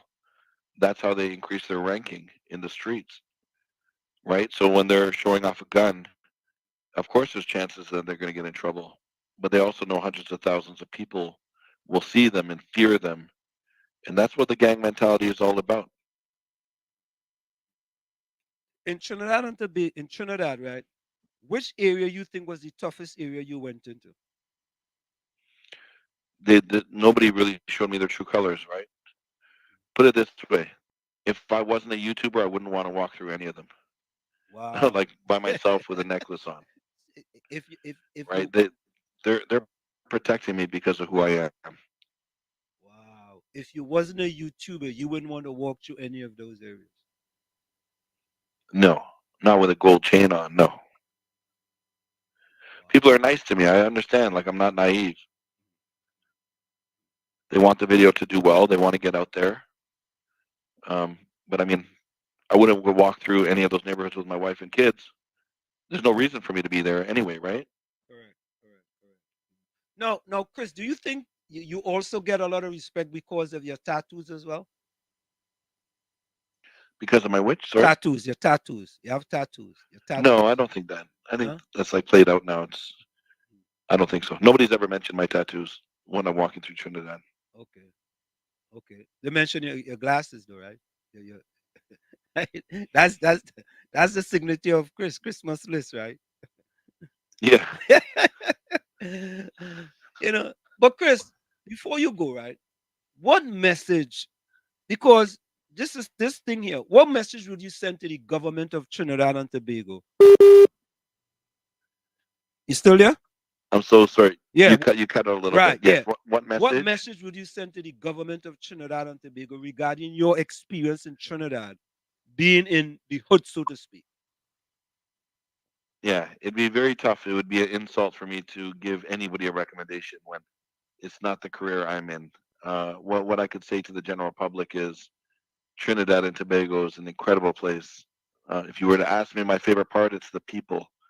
And whenever a country's number one attraction is the people, then you still have hope. Most of these criminals that I met are this is going to be hard to swallow, but they're still good people. Not everyone's a hardened criminal. I think a lot of these, because they're young kids, they can change. Trinidad has to find a way to bounce back, and it should be the tourist destination that Jamaica is, or Cuba, or Dominican Republic. It's not that far away either. Like from North America, it's a 4-hour flight, a 5-hour flight. I think the government should put some effort into tourism. Um, and I'll give you a quick idea. I've spoken to the like Belize is a very small country here um, in South America, and they spend $150 million US a year on tourism and bringing influencer influencers over like me, but ones that are going to focus on the beautiful parts of the country, right? You can't expect somebody to come over and pay for everything themselves and only show the beautiful parts. Like we do this as a living. This is our job, right? They Trinidad and Tobago can definitely take note and see what other countries are doing properly. Because as we started this conversation, you wanted me to go to the rich neighborhood to this. Remember, right? This is work. Yeah. I film what I want because I'm the one funding it. Right. Right. So I have hope for Trinidad and Tobago. I'll definitely be back next carnival, and everyone here will see my face quite often. Yeah. Chris, I got to tell you, you're a big celebrity in Trinidad. You're aware of Yeah, that, right? it's been incredible. Yeah. Yeah. When you first came, did you expect it to be like this when you first came? I never know. In the Caribbean, I do quite well. Like in Jamaica and Belize, when I walk down the street, everybody recognizes me. So it's not something new, but it's still very humbling. And I could say proudly that I've interacted with thousands of people over the last month in person, and not one single person had something negative to say to me. So I know I'm not going to please everyone, but the people that are really upset are the ones online when they're hiding behind an anonymous profile. They go after you personally, right? Yes. Wow. Wow. I mean, I've been looking at the videos, and I'm like, it's okay, but sometimes it's something that you raise that, and I think you understand that. Is that many people may think that you were allowed to go into certain areas because of the color of your skin, as opposed to someone else. If another black YouTuber had come, they might not have given them the same opportunity or the same But I mean, respect. that's opinion based, right? Okay. And that's opinion based with no experience, Mm. right? So they think I got in because I'm white. I got in because I went to Ukraine war. I went to Palestine war. I've been to Haiti. I've been to Somalia. I've been to Afghanistan. I've been to Iraq. People are trying to belittle my accomplishments by simply saying I'm an outsider and therefore I get in. No, anybody in Trinidad can pick up a camera and get in. They're risking their life just as much as I am. Nothing is guaranteed. I'm not guaranteed that a drive-by shooting doesn't happen when I'm sitting at the bar. Like I'm also, when I am with people, I'm with people that are also targeted, right? So I don't want to be belittled as to what my accomplishments are, right? I want them, the same people talking, to give it a try. Start small like I did, and then once you have the resume that I have, I guarantee you'd be welcomed in any community in Trinidad, no matter your color or gender. But Chris, one thing I can say, I know that prior become prior to become prior to coming to Trinidad, your subscribers Yes. was under 300,000, and I think since you came to Yes. Trinidad, it went above 300,000. Is that accurate? Yes. Yeah. So that means to say you're doing But I mean, I'm consider since the day I started YouTube, it's growing at a 2,000 subscribers per day. So nothing different occurred in Trinidad. It's not like I blew up times 10. No, I'm getting my average that I'm getting every day, no matter where I am. Okay. I'm getting 1 to 2,000 subscribers a day. So it's appreciated. But some people believe like Trinidad made me. Um, Trinidad's unfortunately one of my least viewed series that I have. No video hit a million. Um, I, I don't care. I'm not doing that for views, but it's been a very regular, for me, this is just the life of a YouTuber of my size. Which video hit a million? Which country you went and hit a million? Afghanistan, I have a video that's 10 or 11 million. Wow. I got a bunch in the US. I got in Haiti as well. But I mean, even in Jamaica, I have a million. Jamaica, I have lots. That almost every video is higher than my videos here in Trinidad. What do you think was the difference for that, Chris? What do you think? Is because Jamaica has more people? Well, I've Is been to because Jamaica. I documented twice. I probably have 60 videos. People got used to me. They see me coming back and continuing to film. So when I come back to Trinidad for Carnival, I'm they're just I'm going to be a regular tourist here, And I don't only show the guns and the gangs. Unfortunately, that's all people watch. I filmed the Steel Pan yesterday, the three biggest orchestras. Nobody's watching the video. People complain about seeing positive, but when I upload positive, nobody looks. Chris, that's interesting, That's interesting, It's like the Trinidad music in Trinidad and Tobago, and the guys in them say that, when we make a lot of positive videos, we get like 10,000 views. But when we make different type of videos, we get million, 2 million, and 3 million Yeah. views. Well, I'm beating my head on the wall because, even with the orchestra video that I really enjoyed shooting and it uploaded today, and I'm reading the comments, they said, finally, you show something positive. And I've uploaded 25 videos so far. 10 of them were hood, 15 of them were positive, but they didn't watch any of those 15. So they're saying, finally, I'm showing something positive. I've been showing something positive every step along the way. People just when they see certain things, if it's not the type of thing that they want to see, they don't even watch a minute of it. But when the other ones that you put up, like Right. if you go ahead. Right. Yes, statistically, you can see that. By the time I leave, I guarantee my 15 worst videos are the 15 most positive videos. Wow, it's interesting. Well, Chris, I gotta tell you that you have become very popular in Trinidad and Tobago, and we here who are outside of Trinidad and Tobago, we've been trying to do this for a little while now, and I just take a chance and I said, let me give you a call, since you had Roger Yes. Alexander on there yesterday. So who is going to be your next top personality interview before you go? Who are you going to try to get next? Yeah, I don't know. I really don't know. Because I'm leaving the country, so um, there's nobody left on my list here. Okay. So I don't know. New country, then new game plan.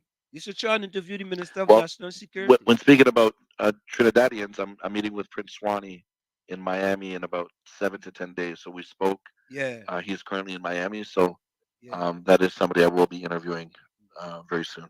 You should It's about try. 10 days away. You should try and see if you can meet with the Minister of National Security. I'm sorry. You should try and see if you can meet with the Minister of National Security. It doesn't look good on my behalf. That's not something I need to do. All right. Because I'm being a white in this country, I'm already labeled a police officer, a detective. Once again, everything I've seen, I put on video, so they can do whatever they like with the video. But I have no interest in working with people to try to fix a country. It's just I have no expertise in this. Believe me, they'd be insulted for me giving my opinion on how they can fix their country.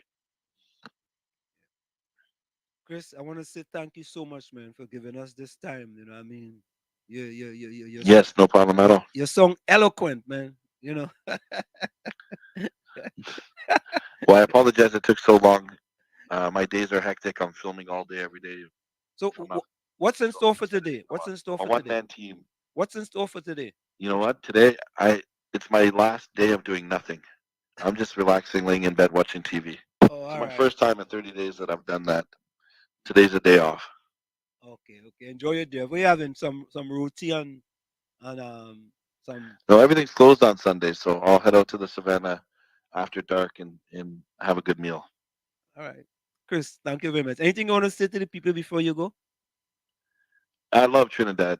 If anybody watches any of my videos, you'll see a smile on my face, no matter who I'm talking to. In the moment I stop loving a country is the moment you won't see me again. But I guarantee I'll be back many, many, many, many times to come. So much love to Trinidad. Thank you very much, Chris. And It's a pleasure. And Tobago. All right. Thank you, man. All right. Thank you, my friend. Yeah, man. Bye-bye. Bye. Bye-bye. Yeah. So, Tommy? Very professional. I mean, the guy tells you what he's there to do, and that's what it's all about. And he's deeply focused. He focused, yeah. He focused, very focused. He focused, yeah. Yeah, but I think he answered quite a bit there, and he got to some of the subjects that I was eventually gonna get to the subject with him as a person, a person of a different color coming into Trinidad, and people feel like if it's easier for us to have him and talk to him because he don't look like us. You know, the kind of, colonial mentality, from back in the day. You see the fact that he has no opinions on fixing any of the problems. All he cares to do is to highlight it, and that's it. And to me, Tommy, I'll be honest with you. He said there's cameras all over the place. Yep. If there's cameras all over the place, how could a man be walking up and down the road with a gun and you ain't going to pick him up yet? That's what he's saying, which is fact. I mean, yeah. If you seriously want to solve crime, the man telling you there's cameras all over the place, and them fellas know there's cameras. Yeah, but it's just dummy. We have cameras. We have cameras. You know there's cameras. Yeah, KFC. The man telling you there's cameras all over the place, and them fellas know there's cameras. Turn on the computer, KFC. Hey, good afternoon, Mr. Washit. Good afternoon, Mr. Washit. Yeah, man. Washit, I got an interview, boy. Yeah, but The man going some place. The man going some place with government minister who supported the parent, who supported the parent for years. You see them valleys and the man going, man. Shut it up. you know, and the man said there's cameras all over the place. Yeah, like, and you see government cameras all over the place, and men walking around with big guns, normal. Normal. Like it's nothing. Where you see the jokey thing? Oh God, Yeah. an outsider needs to come and tell us. You know what I mean? Yeah. So I can get an interview with the government minister like Freshwell Hines or Kit Scotland for all them here with them down there. Nah, he said that is not what he does do. I see an interview with Alexander Tickleton yesterday on YouTube. Yeah, I tried to call Alexander, but he didn't pick up his phone. I Mr. What Yeah, you man. doctor and listener. These days a silent listener, but I was doctor and listener, man. Yeah, man. Good work Bless for you and man. Yeah, man. all Love. the time, yeah.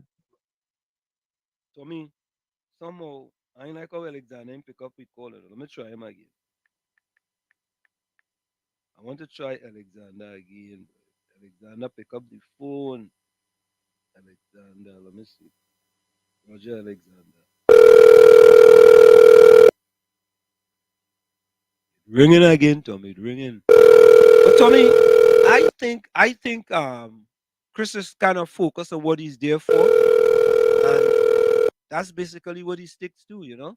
Yeah, you don't get sidetracked. Yeah, you don't get sidetracked. You don't get sidetracked, and he tell you you've been all different parts of the world. You don't want to show us more, and I respect that. I respect that. He not there to show Westmoreland and these other places. Kevin Bash, welcome. Nasa Mohammed, welcome. Indra, welcome. And Glynis, welcome. Yeah, you know? All right, no answer from Roger Alexander.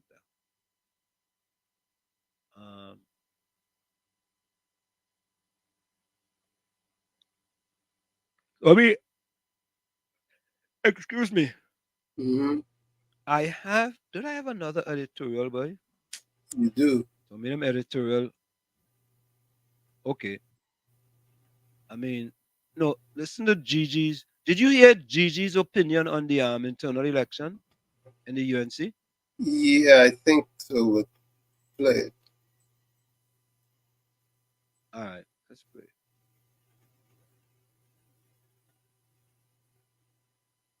Oh, you know what? All right, I'm gonna play that. An opinion by NTA political leader Gary Griffith Jr. on the UNC's upcoming NATH-X internal election. Let us not try to win the battle at all costs, but end up losing the war as a result of it. I am sending this message to frontline politicians on either side of the UNC's upcoming NATH-X internal election. Forgive me for being out of place, as I am not in your political party, so some will say that a cockroach has no place in foul business. However, I am humbly sending this recommendation to consider that in any conflict, one must remember that winning the war is the ultimate mission, and winning a battle at the expense of losing the war is not logical. To clarify what is said and done in this 15th June internal election can come back to haunt the 15th June victors in the general election, as those same words, comments, and actions would come back to haunt the party and be used by your real opponent in the general election. In other words, Take this call. I'll take this call. Brooklyn, I hang up to take your call. Go ahead, Brooklyn. Good afternoon to you. Good afternoon to Uncle Tony. Good afternoon. Yeah. Use a big man, Uncle Tommy, and the viewers and listeners of this show.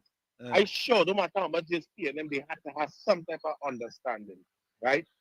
Now, what should a white man come from wherever he Canada, wherever he come from? Yeah. Born up in the Laventille, in a hotspot area.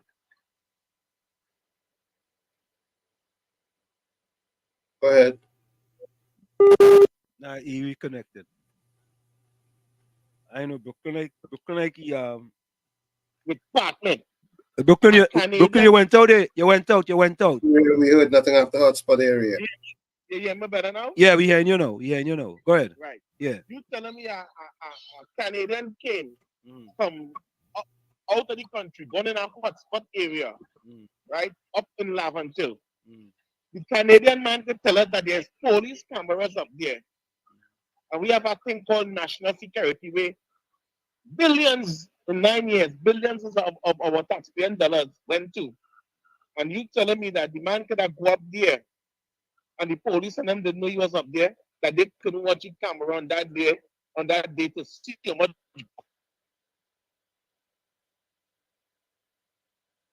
Brooklyn, you had to stay one place.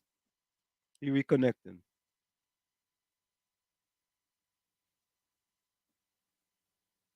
That security department. Brooklyn, you had to stay one place. You're going on and out. Stay one place. You're going in and out. I'm the mall Well, yeah. That's why it is. You have to stay one place. Right. Yeah. Stay right there. Go ahead. Right. So you telling me that a place where was dangerous for tourists to come with police cameras there, that no police officers, nobody in that department wasn't paying attention to the cameras on the day to see all them guns in the street. What should it lead me to believe that there is people in the government right now that is putting these guns on the street and are doing nothing to remove them. I can repeat it again. From what I analyze from that, if there's a tourist in a certain part, there would be police on standby very close, because from the time he reach up there, the police and them would know he up there, right? Because he video live.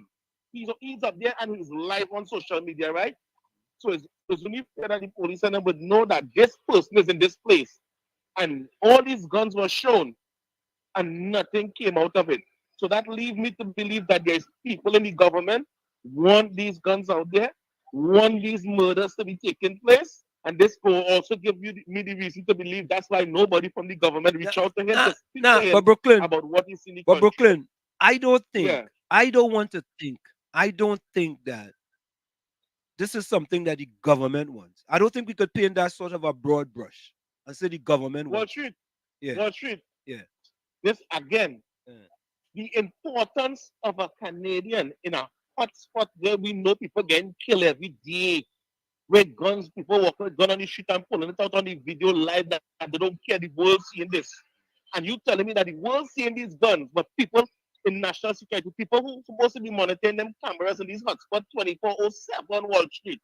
Wall Street, you remember, this is hotspots. These are cameras put there to be monitored 24/7. It should no time at all. These cameras not supposed to be monitored. and these guns was displayed, and nothing came, no response, no nothing, no police came up after. Right. No police came up. This is what I say. Yes, Street, the this is police. something like Yeah, something yeah, the right. TTPS. If, in my estimation, Brooklyn, the commissioner of police should have had an investigation immediately. Immediately. Right. But the man said nothing came out of it. When you ask him about it, he had said nothing came out of it. No police, nothing. So it gave me the belief, give me the belief, this is my opinion, that there's people in high places want these guns out there, want these killings to be taking place, want this to be going on, and they want to blame the UNC, but the UNC is not in government, Wall Street. So I'm putting my blame 100% on the head of national security, because from the head, and I'm talking about Christopher Rowley, from the head come down, supposed to be blamed for the situation, because this is not a Trinidad or Trinidadian, this is a foreigner. This foreigner life was in danger from the time them guns started to display. Even though they didn't do him nothing, his life was in danger. Where's our Department of National Security, Wall Street? It goes to show how bad we is in Trinidad and Tobago. I go. Yeah, man. Bless. Yeah. No, I don't disagree with that. As a matter of fact, as he said that, here is my editorial. This is another editorial, Tommy. I'm going to get back to the guy Griffith. But since they're talking about crime in Trinidad and Tobago and Prime Minister and Fitzgerald Hines, here's an editorial. Why Prime Minister Dr. Keith Rowley is wrong for saying that the chronic delays that plague the criminal justice system are to him a bigger problem than talking about the Prime Minister needing to change the Minister of National Security, Fitzgerald Hines. An editorial by Professor Wall Street. Here are 10 reasons that could be used to evaluate the statement by Prime Minister Dr. Keith Rowley regarding the criminal justice system and the performance of the Minister of National Security, Fitzgerald Hines. 1. Prioritization of issues. It could be argued that the effectiveness of the Minister of National Security directly impacts the criminal justice system's ability to function efficiently. 2. Ministerial responsibility. As the Minister of National Security, Fitzgerald Hines has a role in shaping policies that could address systemic delays in the criminal justice system. 3. Public perception. The public's confidence in the criminal justice system and national security is intertwined, and perceived inaction in one area can affect the other. 4. Crime rate. The increasing crime rate and public outcry might suggest that a change in leadership could be a necessary step to restore confidence. 5. Systemic challenges. While judicial delays are a significant issue, they are part of broader systemic challenges that require comprehensive solutions, including effective leadership at the Ministry of National Security. 6. Accountability. Political accountability often involves evaluating the performance of ministers and their impact on the issues they oversee. 7. Resource allocation. Efficient use of resources in the Ministry of National Security could potentially alleviate some of the pressures on the criminal justice system. 8. Legislative impact. The Minister of National Security has contributed to legislation affecting the administration of justice, which could be a factor in addressing or exacerbating delays. 9. Public safety. The primary duty of the Minister of National Security is to ensure the safety and security of citizens, which is directly related to the functioning of the criminal justice system. 10. Strategic planning. The development and implementation of strategic plans to combat crime are essential, and leadership changes could bring new perspectives and strategies. In conclusion, the debate over whether addressing chronic delays in the criminal justice system is more critical than considering a change in the Minister of National Security is multifaceted. It involves assessing the interconnectedness of the justice system and national security, the allocation of resources, legislative impacts, and the strategic approach to crime and public safety. While Prime Minister Dr. Keith Rowley emphasizes the urgency of judicial reform, it is also essential to recognize that leadership in key ministries plays a pivotal role in implementing effective solutions. Ultimately, a balanced approach that addresses both leadership performance and systemic reforms may be necessary to achieve meaningful progress in Trinidad and Tobago's criminal justice system and ensure the safety and security of its citizens. Yep. So there you have it, folks. That's the editorial, and I think Dr. Rowling them need to get that editorial so they could they could get some help. So folks, we're gonna go for a quick we're gonna go for a quick station identification. When we come back, we're gonna have with us political sciences, Dr. Shane Mohammed. We'll be right back. Stick us. You're not gonna get the You're listening to WZYE 95.9 FM. You are listening to WZYE 95.9 FM, the most influential name in Caribbean radio in the tri-state area. Broadcasting from East Orange, New Jersey, the most influential name in Caribbean radio, WZYE 95.9 FM. What's up? It's Megan Thee Stallion. You're in the mix with Sunday Talk, Let's Talk Politics with Uncle Tommy and Professor Wall Street. Check this out, it's DJ Khaled. This is Post Malone. Yes, that little Chico Pitbull. You're in the mix with Sunday Talk, Let's Talk Politics with Uncle Tommy and Professor Wall Street. Yo, what's up? This is Dr. Dre. What's up, y'all? This is Tupac, Machiavelli the Dawn. Yo, what's crackin'? This is Big Snoop Deal Double G. You're in the mix with the one and only Sunday Talk, Let's Talk Politics with Uncle Tommy and Professor Wall Street. You are listening to Sunday Talk, Let's Talk Politics with Uncle Tommy and Professor Wall Street on WZYE 95.9 FM. We are back with you. It's Sunday Talk, Let's Talk Politics with Uncle Tommy, Professor Wall Street, and you on WZYE 95.9 FM. We come to you every Sunday from 1 to 4 p.m. That's every Sunday from 1 to 4 p.m. Let's bring in our guest, Dr. Shane Mohammed. Dr. Mohammed, how are you? Not too bad. How are you? We are doing fantastic. We are splendid. So Mohammed. Yeah. Good afternoon. How are you? Good, thank you. Yeah, we can't complain. You see, you have an article in the you were quoted in the Guardian, Dr. Mohammed, and that's a good quote. Which one? Which one?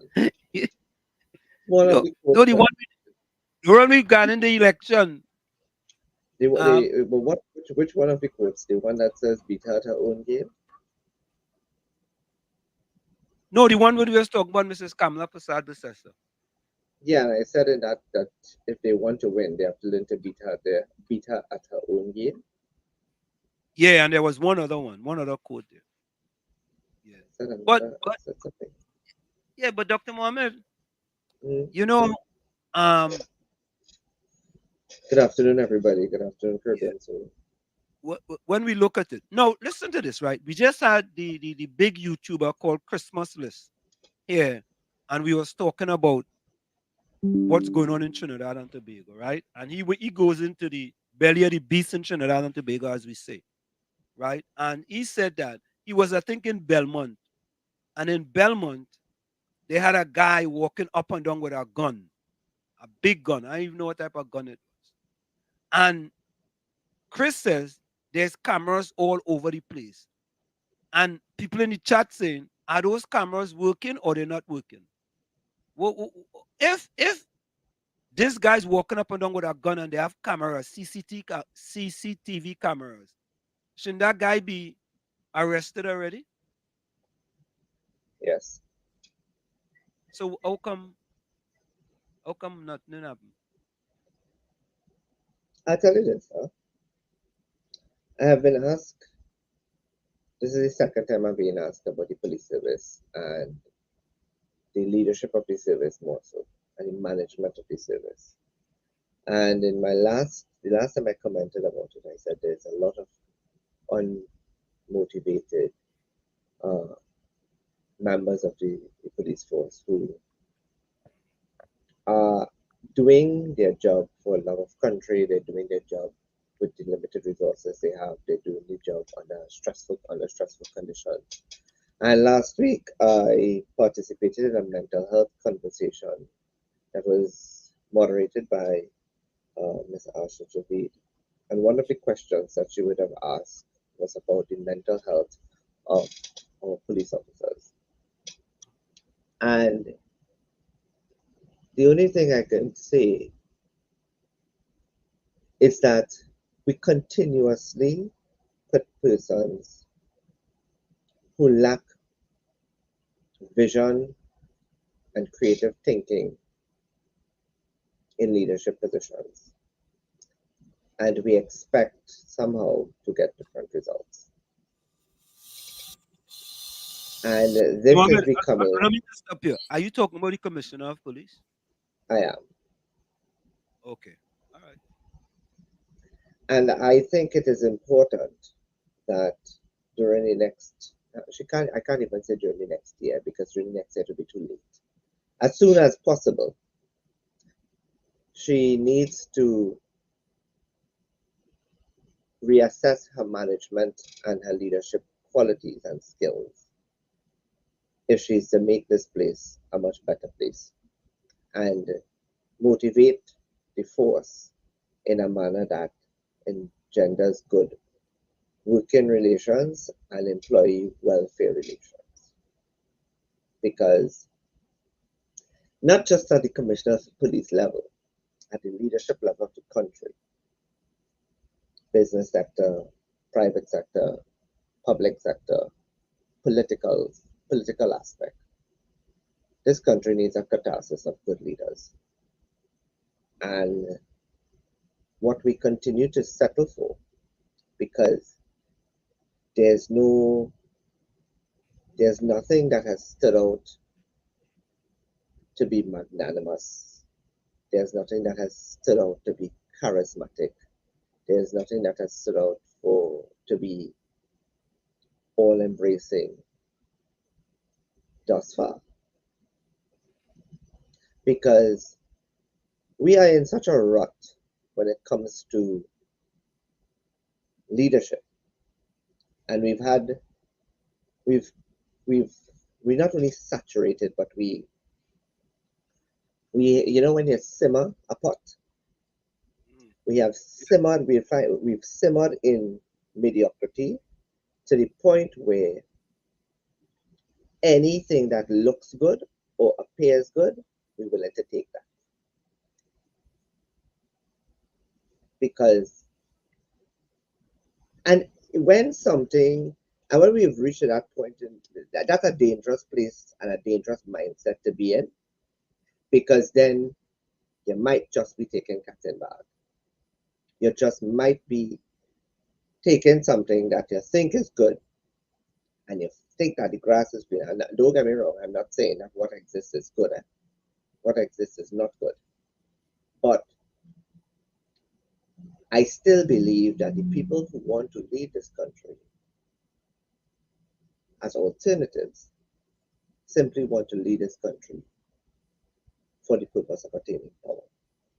And then somebody's going to come and say to me, well, isn't that what politics is about? I was like, no. When Machiavelli spoke about and wrote about attaining power and sustaining power, it was about sustaining power and maintaining power that works for both the leader and the people, and maintaining that power leads to the overall good welfare of the population and the people.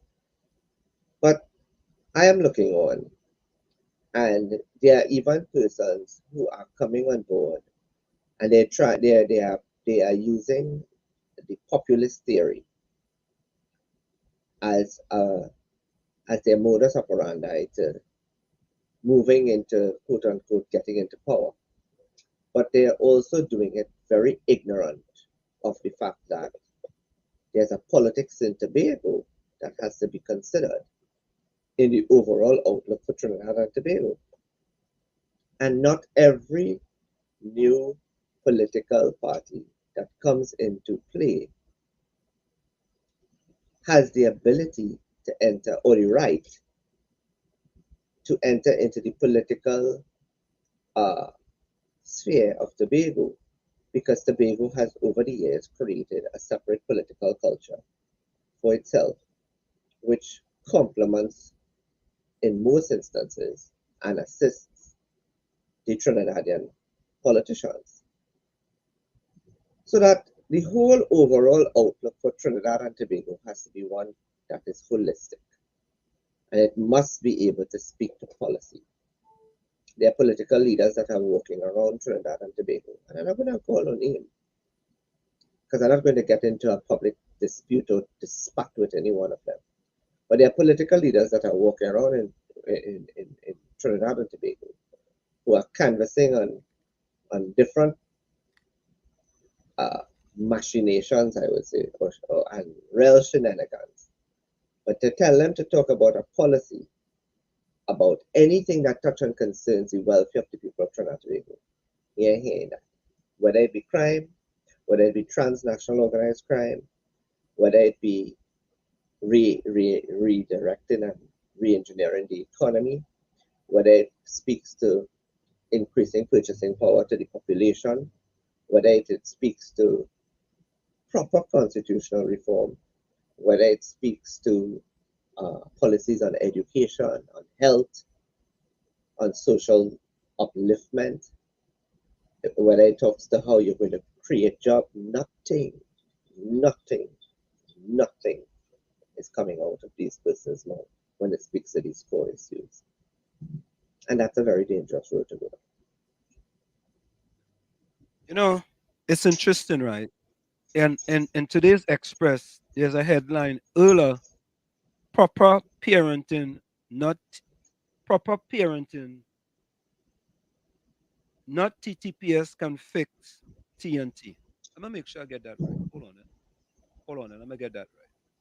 Earlier, proper parenting, not TTPS can fix TNT. Yeah, that's what it is.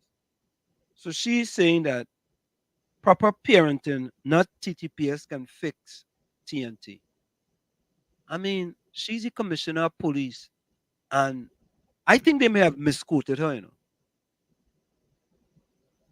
You don't think so? They have no, they have not misquoted her. What planet is she on? Is she in Trinidad, or she's out of the country? She's out of touch.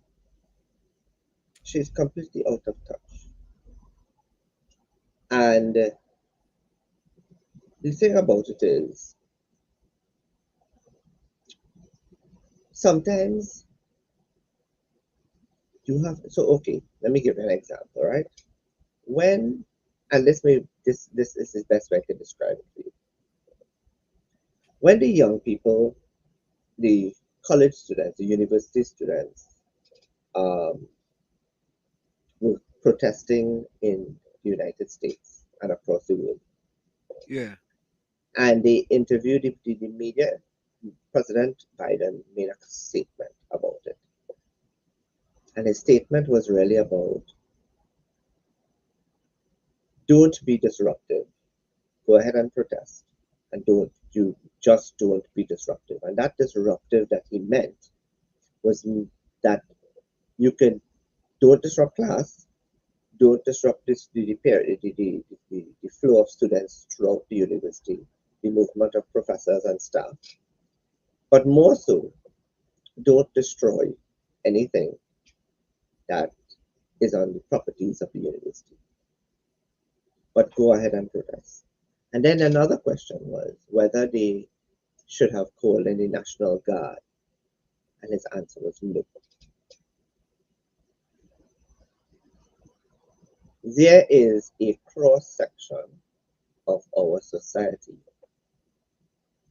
a large cross-section of our society, young people, our millennials and our Gen Zs in particular, who are not involved in criminal activity. They are not involved in illegal activity. But what they are doing and what they are trying to get is an equal opportunity. Because not everyone in Trinidad and Tobago, not every Gen Z, and not every millennial has the resources and the ability for when the fire gets hot and the place gets too uncomfortable to live in, to pick up themselves and move quickly out of Trinidad and Tobago. And I think that is where we have descended into a level of classism in our country where people are ignorant of certain realities. While there's a cross section of young people that can go to one Woodward Place every Friday and to any of our social spots every Friday and Saturday and enjoy themselves and then go home, there's also a cross section of the society that doesn't have that luxury, that are still struggling to make ends meet, that are still looking for a job.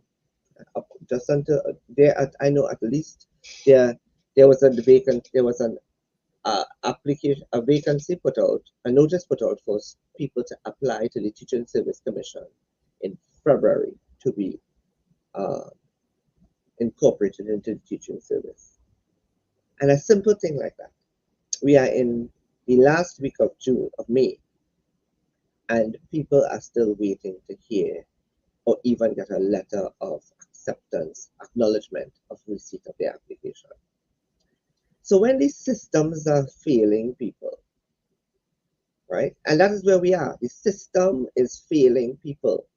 Our processes are wrong and bad and outdated. You can't just come out and say when crime is high, that is proper parenting. And where proper parenting falls apart, for the lack of a better phrase, and young people go astray,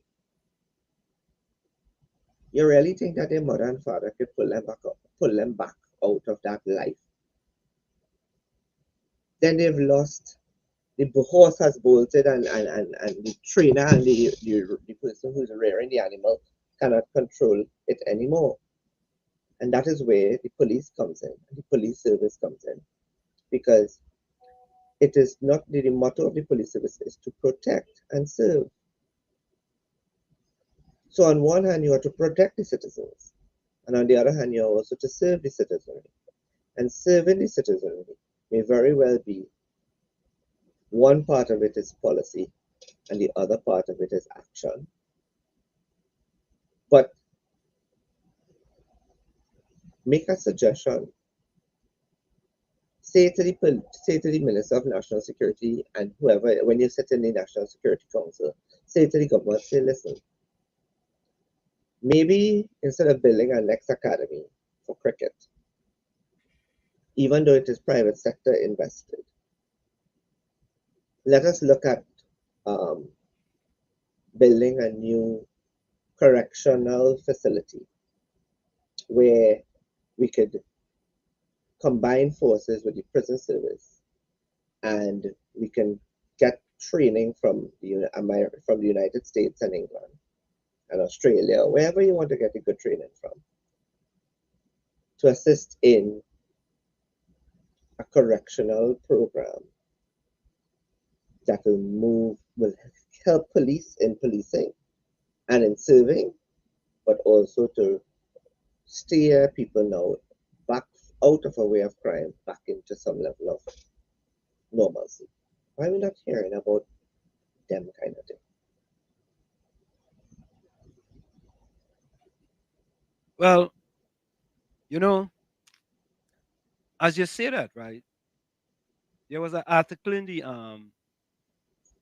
AZP News today with a guy by the name of Nandlao. I didn't know of him, right? He wrote an article on why it's a good thing the Prime Minister talked about the Mumbai Cricket Academy. And at the end of the article, um, it states that he works in the Prime Minister's office. Now, you going to bat for the prime minister with this issue with the Mumbai Cricket Academy, and you working in the prime minister office? What transparency? And I mean, that sounds like a conflict of interest to me of anything else. I mean, maybe I'd be missing something plenty times, because Dr. Mohammed, I grew up in Chumaka, Clavantil. Sometimes people from Chumaka does miss things. So and I get Tommy to help me. You understand? But he does agree with me. You understand? I thought when I read a long article, at the end, the man said he is working in the office of the prime minister. I'm like, and they really put that article out, boy? Really? You have to I mean, remember one that thing. is what it has come to. Yes, and the reason for that is we are in an election year. Even though we are 18 months outside of an election, we are still in an election mode. And therefore, anything that is not properly communicated by any one of the leaders, including the Prime Minister of Trinidad and Tobago, somebody is going to have the responsibility to smoothen out the rough edges. But I still believe that you can't tell me that India is, I will use this word very loosely, is a metaverse by itself. Anything that you could think about, manufacturing, construction, engineering, medicine, technology, sports,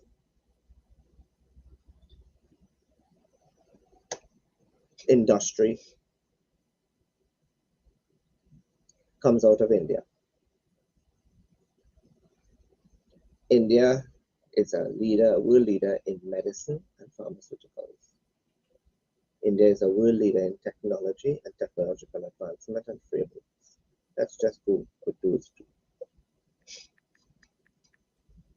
And you didn't think that it was important that when you use taxpayers' dollars to go to India, that it was important to engage in a conversation about improving the health sector and partner with India's private sector to improve the public health system in Trinidad and Tobago.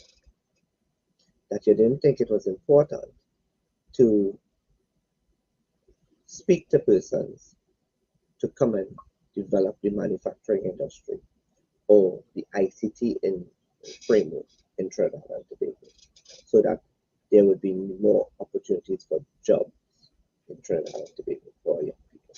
Didn't think that was important. But here it is. You want to build another cricket academy. There's the Brian Lara Cricket Academy. There's the one in Couva. There is how many cricket stadiums over? There's the Oval in Port of Spain. This is a very small country. True. We have stadiums and stadia in this country that have never been fully utilized. Mm-hmm. You have the swimming thing in Shakura. You have the racket center in Tacarigua. You have Hazel Crawford. You have Jean Pay. You have Tobago. You have Larry Mariam Gomes. John, Larry Gomes. You have Atto Bolan. Yeah, I mean, yeah. It's so much. But I just wanted to add on something, right? Think about this, right? Like if you go to India, there's pharmaceuticals, right? There's software and services. And this is something that's pretty new. It's called FMCG, fast moving consumer good. This sector is one of the fastest growing in India, with personal care and household products accounting for a significant share of sales. The rise of digital connectivity have further boosted its growth through e-commerce. You have chemicals and petrochemicals. You have steel, banking, cement, automotive, healthcare, and textile. And you go to India and you come back to Trinidad and Tobago, and the best you could come back with is a cricket academy. Can you imagine? And use our prime minister. Can you imagine? And when I made a comment on social media about another cricket academy, as if we don't have enough, somebody from within the UNC would make a comment about, but isn't it private sector funded? I don't care whether it is private sector funded or public sector funded.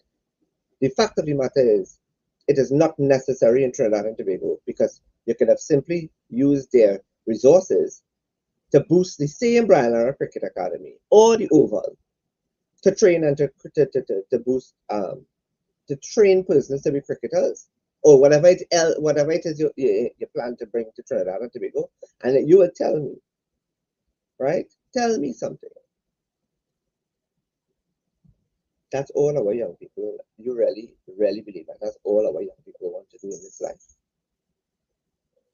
When our young people play cricket for 20 years, unless they are not a Darren Ganga, a Brian Lara, Puran, Pollard, you name them. And that's a handful of fellas. When they retire at 35 or 40, and they have 40 years to live, given or take, what do you expect them to do? You know, but Dr. Shin, I went one further, and I had recommended to the PNM a sports development academy like IMG Academy in Florida, and a sports development academy, and I actually had coined it Sports Development Academy Corporation of Trinidad and Tobago. You know, they have UDCOT, they have VEMCOT. So I put SDA and I put COTT at the end, Corporation of Trinidad and Tobago. And that will be important as far as sports tourism is concerned.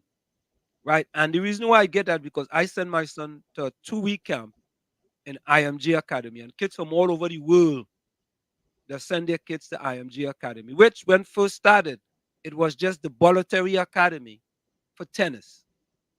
And they have morphed into one of the biggest academies in the world as far as sports tourism is concerned.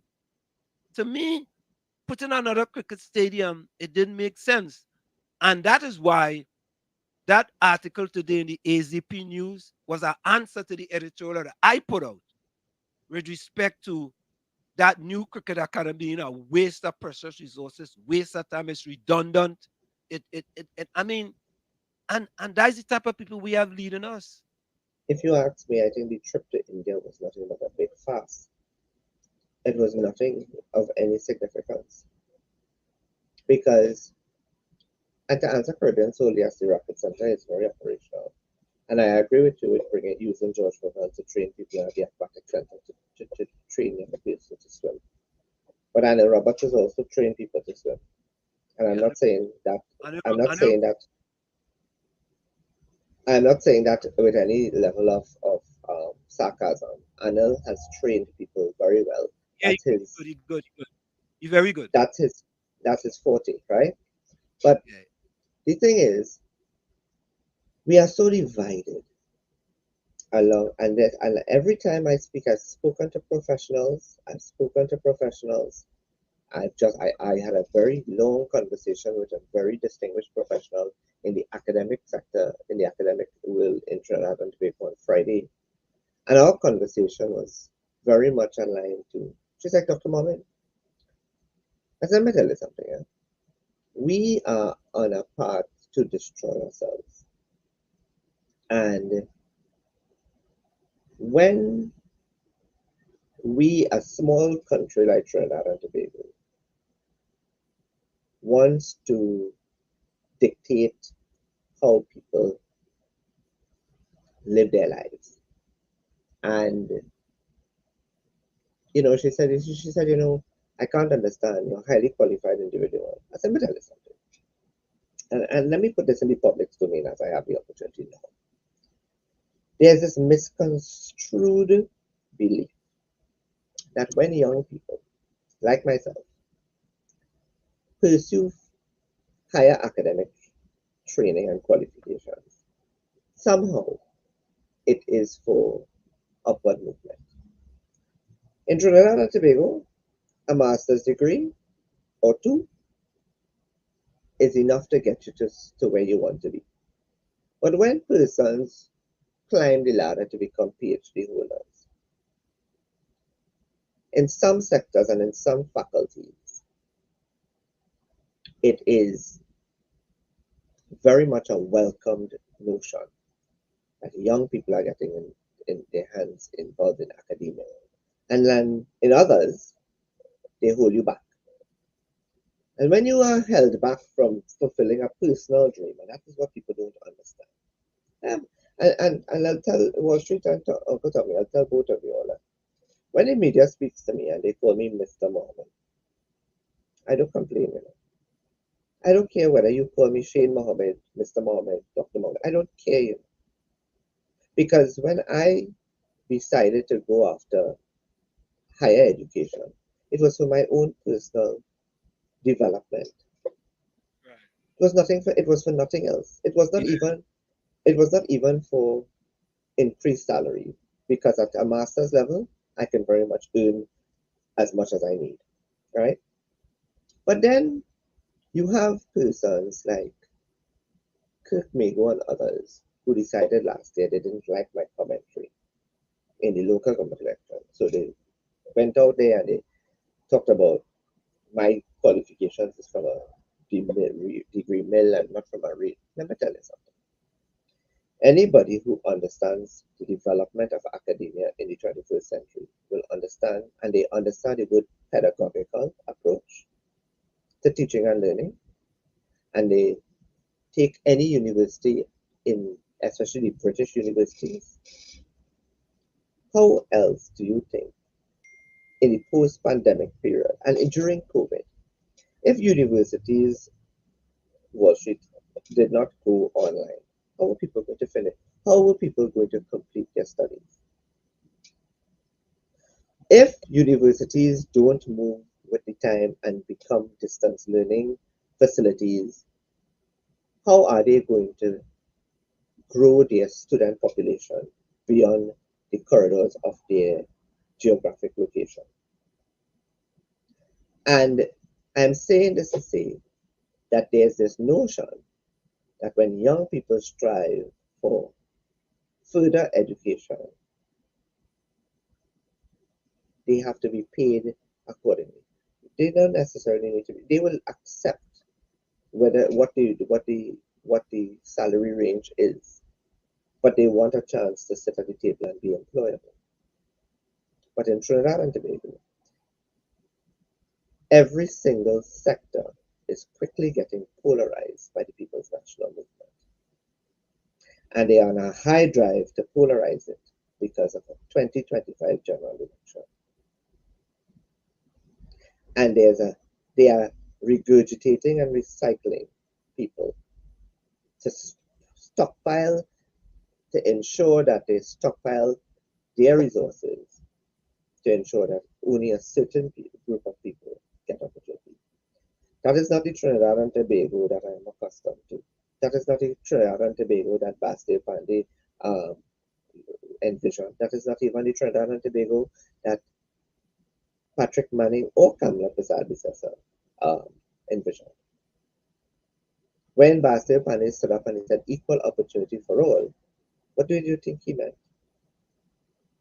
If you could do the job and you qualified for the position, you will get the job, regardless of what background, what affiliation, what anything you belong to. But we are so myopic in Trinidad and Tobago. We are getting consumed by myopic behavior and thinking. When we look around, we want to compete with Barbados. I looked at a video just before coming on. Barbados has 900,000 visitors a year in tourist arrivals. The Bahamas is 1 million. And you ask yourself, how come nobody ain't coming here? Because it is how we think. You have the Guyanese laughing at us. The Guyanese are laughing at Trinidad and Tobagonians. When I speak to I have a student who is in my MBA class. When I talked to her and I asked her, why did you all go from Keith Mitchell to Deacon Mitchell? She said, sir, I said, don't call me sir, call me Shane. She said, Shane, he went and he spoke the language of everybody, including the young people, and he made sure that his policies were all embracing. He brought something new. Why is that so impossible to happen in Trinidad and Tobago? It is happening in El Salvador. It is happening in France. It is happening in Ireland. It is happening in Guyana. It is happening at a record speed in Jamaica. And we cannot get out of the rut in which we are thinking that we only believe that a certain grouping of persons can hold office, hold positions, and be employed. So everybody else eat grass. Does it Trinidad and Tobago you envision, Tommy? Or Anson?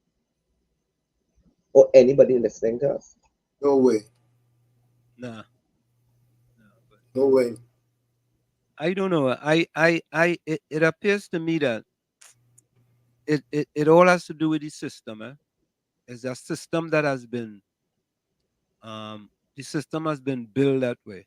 I've said that from a long time, is that the system has been built that way, and I mean people have gotten comfortable with that system, and it seemed difficult for them to want to change, even though changing will be for the better. They rather, some people just rather keep the status quo. At least they know what they get. You know, I want to say the media is complicit very much in the state of this country. Why? The media, what they call it, the fourth estate, they have a responsibility to truly enlighten and edify the public after they are through with formal education. Do they do that? I don't think so. I think everybody's kowtowing to the political directorate of the day, regardless of who it is. But Tommy, I hear you, but at the end of the day, a media is a corporation.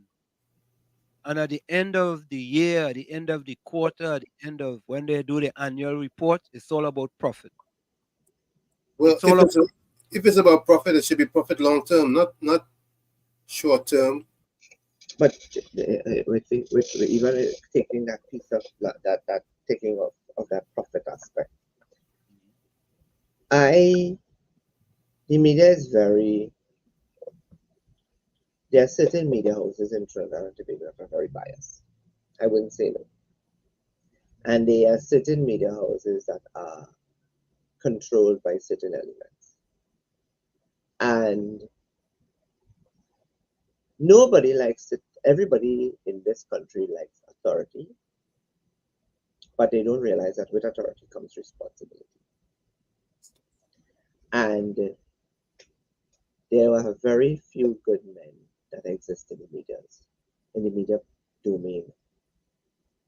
And if you speak to the media personalities, the young ones, they will tell you that they face the same problem in their industry. But because in some instances their industry is privately owned,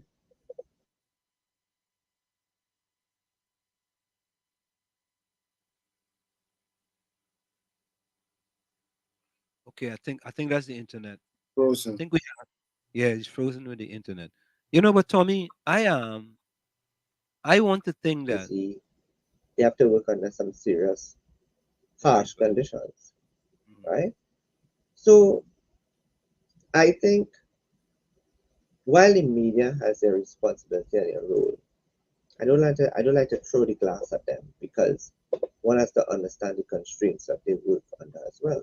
But they take, for example, Guardian Media Limited has not made a profit in the last year. In fact, traditional media is getting a lot of competition from new media sources and new media platforms. Take, for example, this is just one, that you don't have to be sitting in Trinidad and Tobago to be on our airwaves. technology allows you to have this conversation with me through me being in Trinidad and you being abroad, and still be transmitting on Trinidad and Tobago Airways. So I think also there's that need for creative thinking and innovative thinking in all sectors. I like that Hailey asked about that. Hailey, that was a conversation I had also with a business person this week. And I find that I was told that that is how it used to be. And that is how it is. So they are looking to bring back that system. I find that to be another burden on the society. And that BIR policy for residents and for private persons is such a hassle and an unnecessary layer again on the population, because the government is on a path to just regulate and regulate and regulate and regularize, but they are adding layers upon layers and layers and layers and layers of bureaucracy on the population, that they are frustrating the population's ability to do business easily. And I don't agree with it. You see that BIR policy? I did an editorial on that, and no, we have people who send a lot of barrels to Trinidad. You would tell, and I think that is the first thing that comes to mind, that you want to regulate people helping their family members out. You want to regulate and quantify and tax people who can't afford to go away. The family say, don't worry, we will pack all the goodies that we get here and send it to you all. And you want to tax people on that, boy? And you telling me, boy, I had to go from Guayaquito, right? Behind God back. I had to go and get a BIR number to go and clear a barrel. One barrel, mama, the family go send for me for a year. At least say, you know what?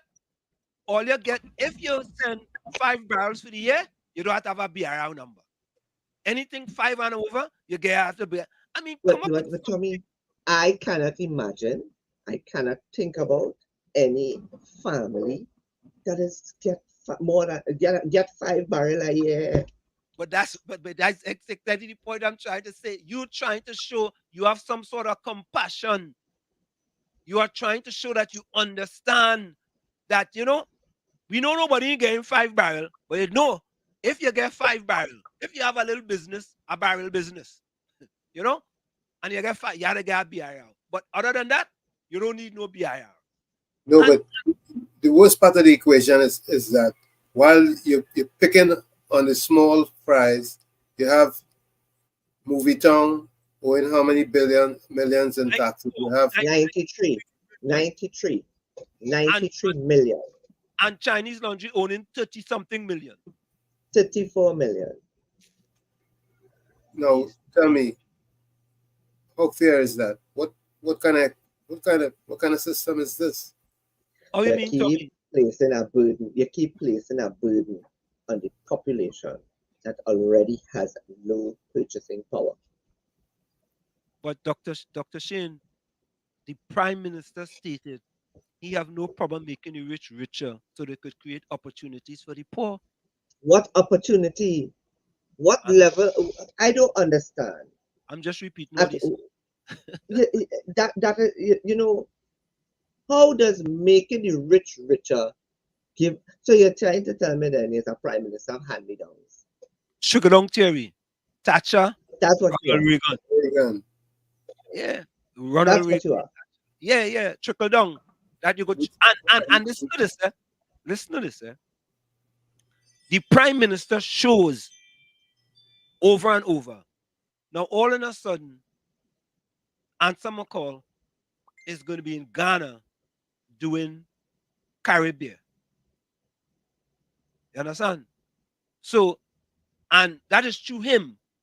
That is not through no kind of other and some call just come up and say, you know, we go negotiate for ourselves. The prime minister, this come from the prime minister, you know. The prime. So, so at the end of the day, the man is absolutely correct with his statement, and he's shown you that he have no problem making the rich richer, so they could create, as he says, opportunities for the poor. But I think he's making the rich richer so he can make the poor poorer, right? Because when the rich become richer, they ain't getting no money to them poor people down there. Them trying to get more money, you know. But I want to divert a little bit because we only have like 15 more minutes. What about your take on the upcoming internal election for the NATEX in the UNC? Because I think this election, um, a lot of people may be fooled into thinking that the unified or united patriots or whatever patriots, right? Or the other patriots that had their launch yesterday. That's your friend Michaela Pandey, right? That's the what what is what is up party the the Patriots? All right, the Patriots A and Patriots B. Do you believe they have any chance of unseating Kamala Prasad Bissessa? No, well, you see, let's start there for a second, right? Yeah. Kamala Prasad Bissessa's position is not up for re-election. I know, but her version of NATEX, because she's supporting that. Let me tell you something. I think the narrative that was started months ago, somebody didn't read the constitution of the UNC properly. Correct. Somebody did not read the constitution of the UNC and did not, or whoever interpreted the constitution of the UNC to the Patriotic, United Patriots, the United Patriots.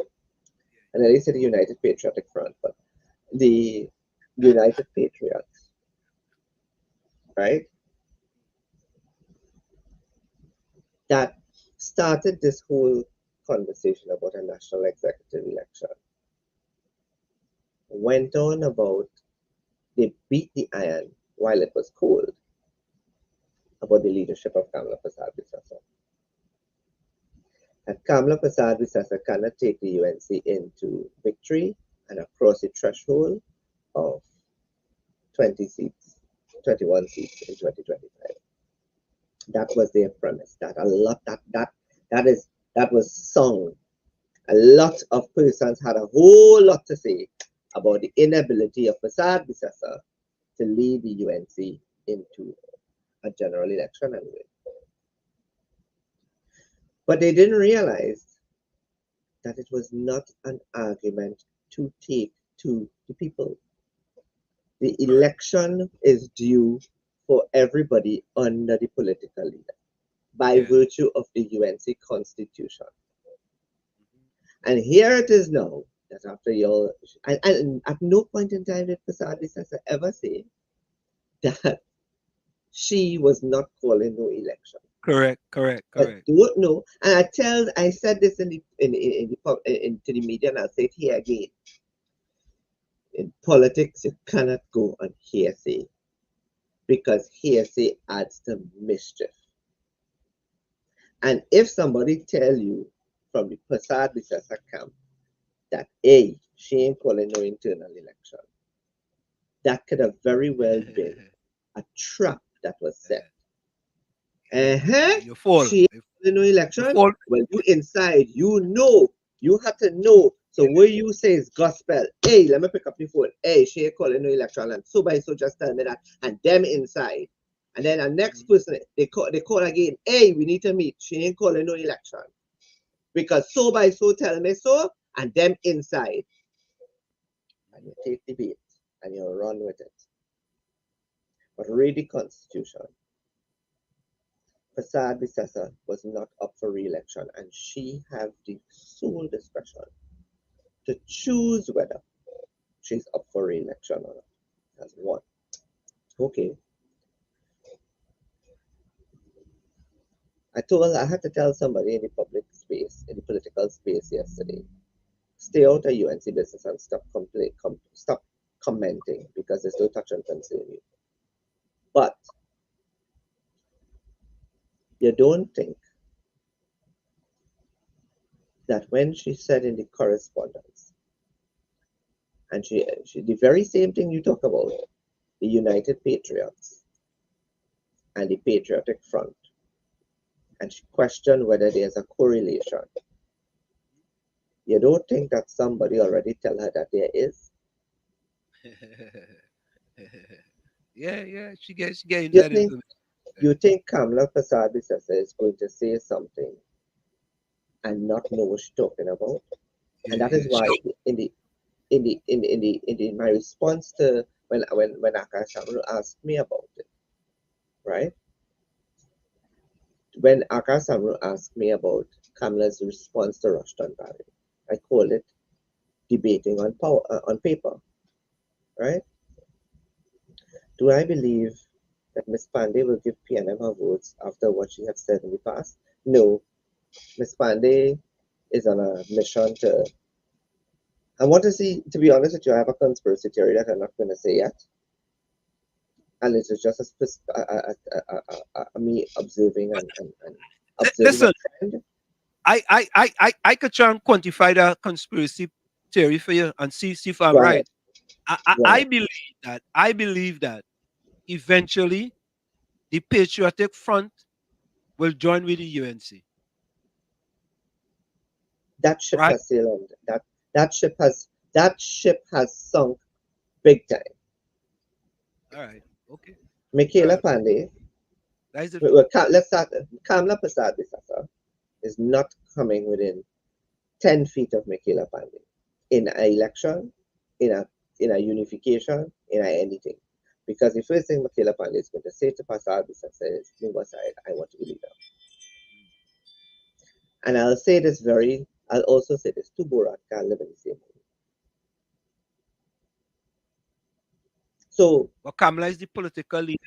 Kamala is the political leader of UNC. The and Patriotic Michaela Front. Pandey is political leader of the Patriotic Front. So if anybody joining with anybody, Michaela is going to say, I want to be prime minister. No. I don't see that. I don't see that. But let me get back. Do you think the United Patriots have any chance of unseating the NATEX? I don't think they have the chance of unseating the entire NATEX. Yeah. I don't think they have the ability to unseat the entire NATEX. But what I would say is they need to change the narrative that Kamala but that the horse has bolted already. The sword has been drawn, blood has been shed. That Kamala Prasad-Bissessar, and she said it and there's a reason why she put pen to paper, and there's a reason why she said what she said in 7 pages, because that was her way of calling out Rushton Parry in the absence of her doing that on her platform. Because Kamala is not going to be on any UNC platform for this internal election. She's going to stay completely out of anything. So the only way to respond to Rushton is to put it on a paper, on a letterhead, right? But the notion that she is not good enough to lead the party has been bandied about by the Patriots already. Therefore, the notion here is for the Patriots to get past that. And that's a very hard uphill climb. What I would like to hear the Patriots continue to talk about is how they intend to work with the leadership of the party to ensure that the party cross 21 in 2025. And I don't know how many people are going to take that and listen to that and buy into it, given that the last couple of months has been that Prasad-Bissessar cannot lead the party into a general election. So maybe there could be, depending on the amount of persons coming out to vote, depending on whether it is overwhelming enough that people are buying and are really fed up and they want Rushton to be inside, it could very well be that Rushton has a chance of getting in. maybe Larry Lala has a chance of getting in, but specific persons have a chance of getting in accordingly. What I think we have to look at is tomorrow, when the next slate is released, then we can do a comparative analysis and say, well, this person looks like more attractive than that person, and this person seems to be this is a good fight if it is free and fair. Also understand that free and fair elections is important. And if the thing is already botched, and hear my words, if it is already botched, then we have a problem. And it is not alien for the Patriots, the United Patriots, to say that the election was rigged.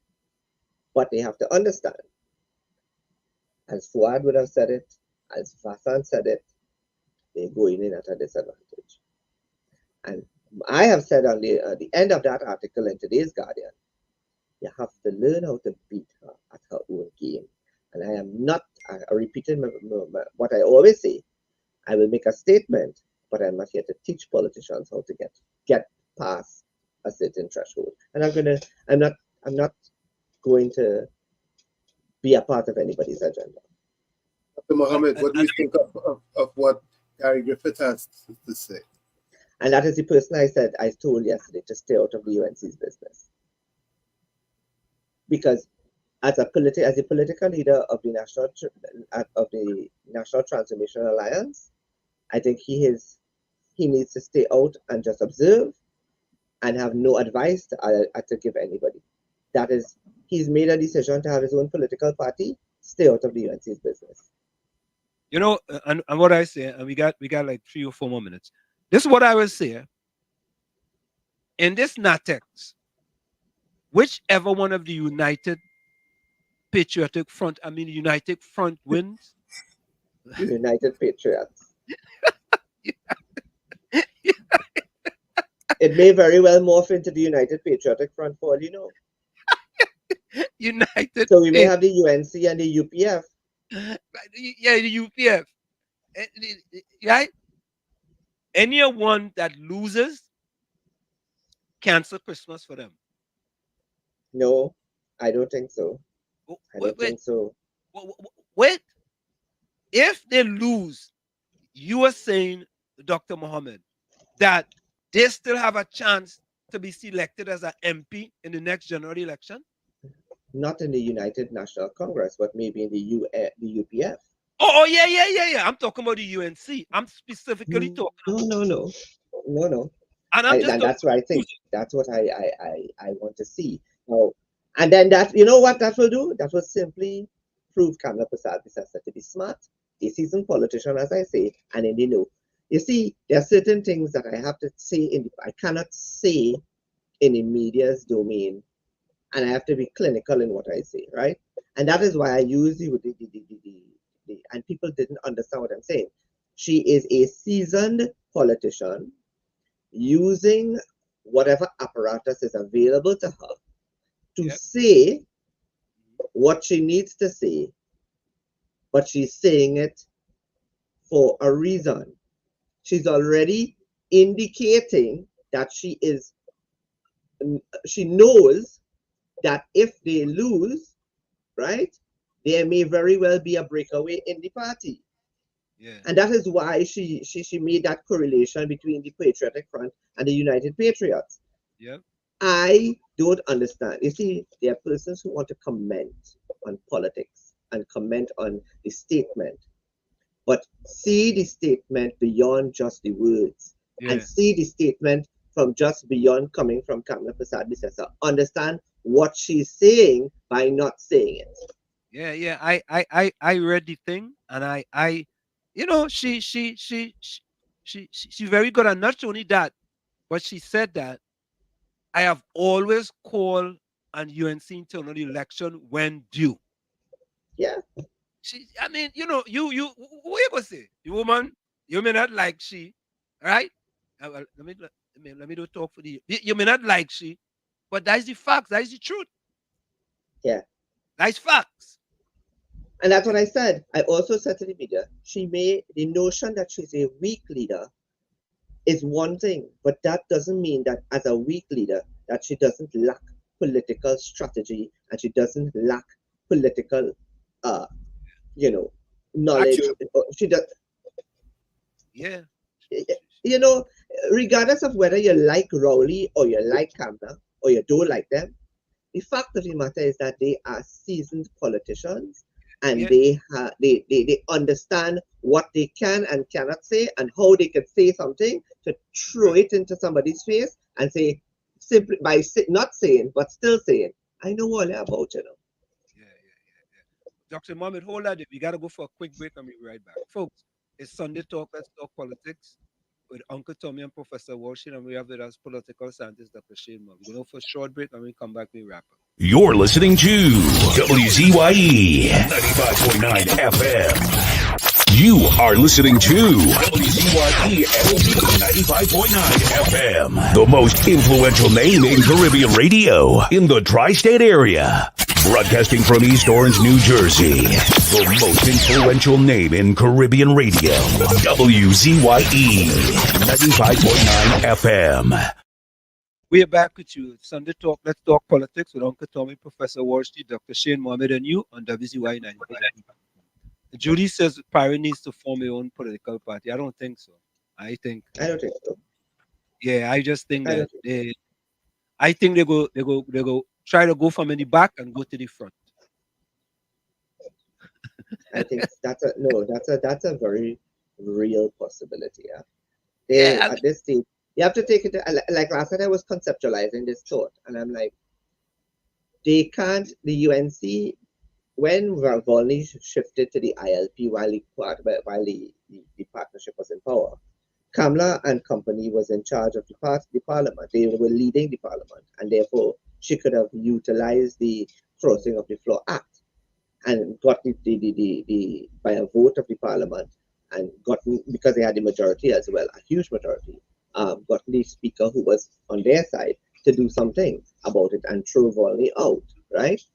We know what the history of that is. It ended up with them being one less seat. And at this stage of the game, even if coming out of the internal election, and I'm just thinking outside the box of possibilities here, I'm not predicting.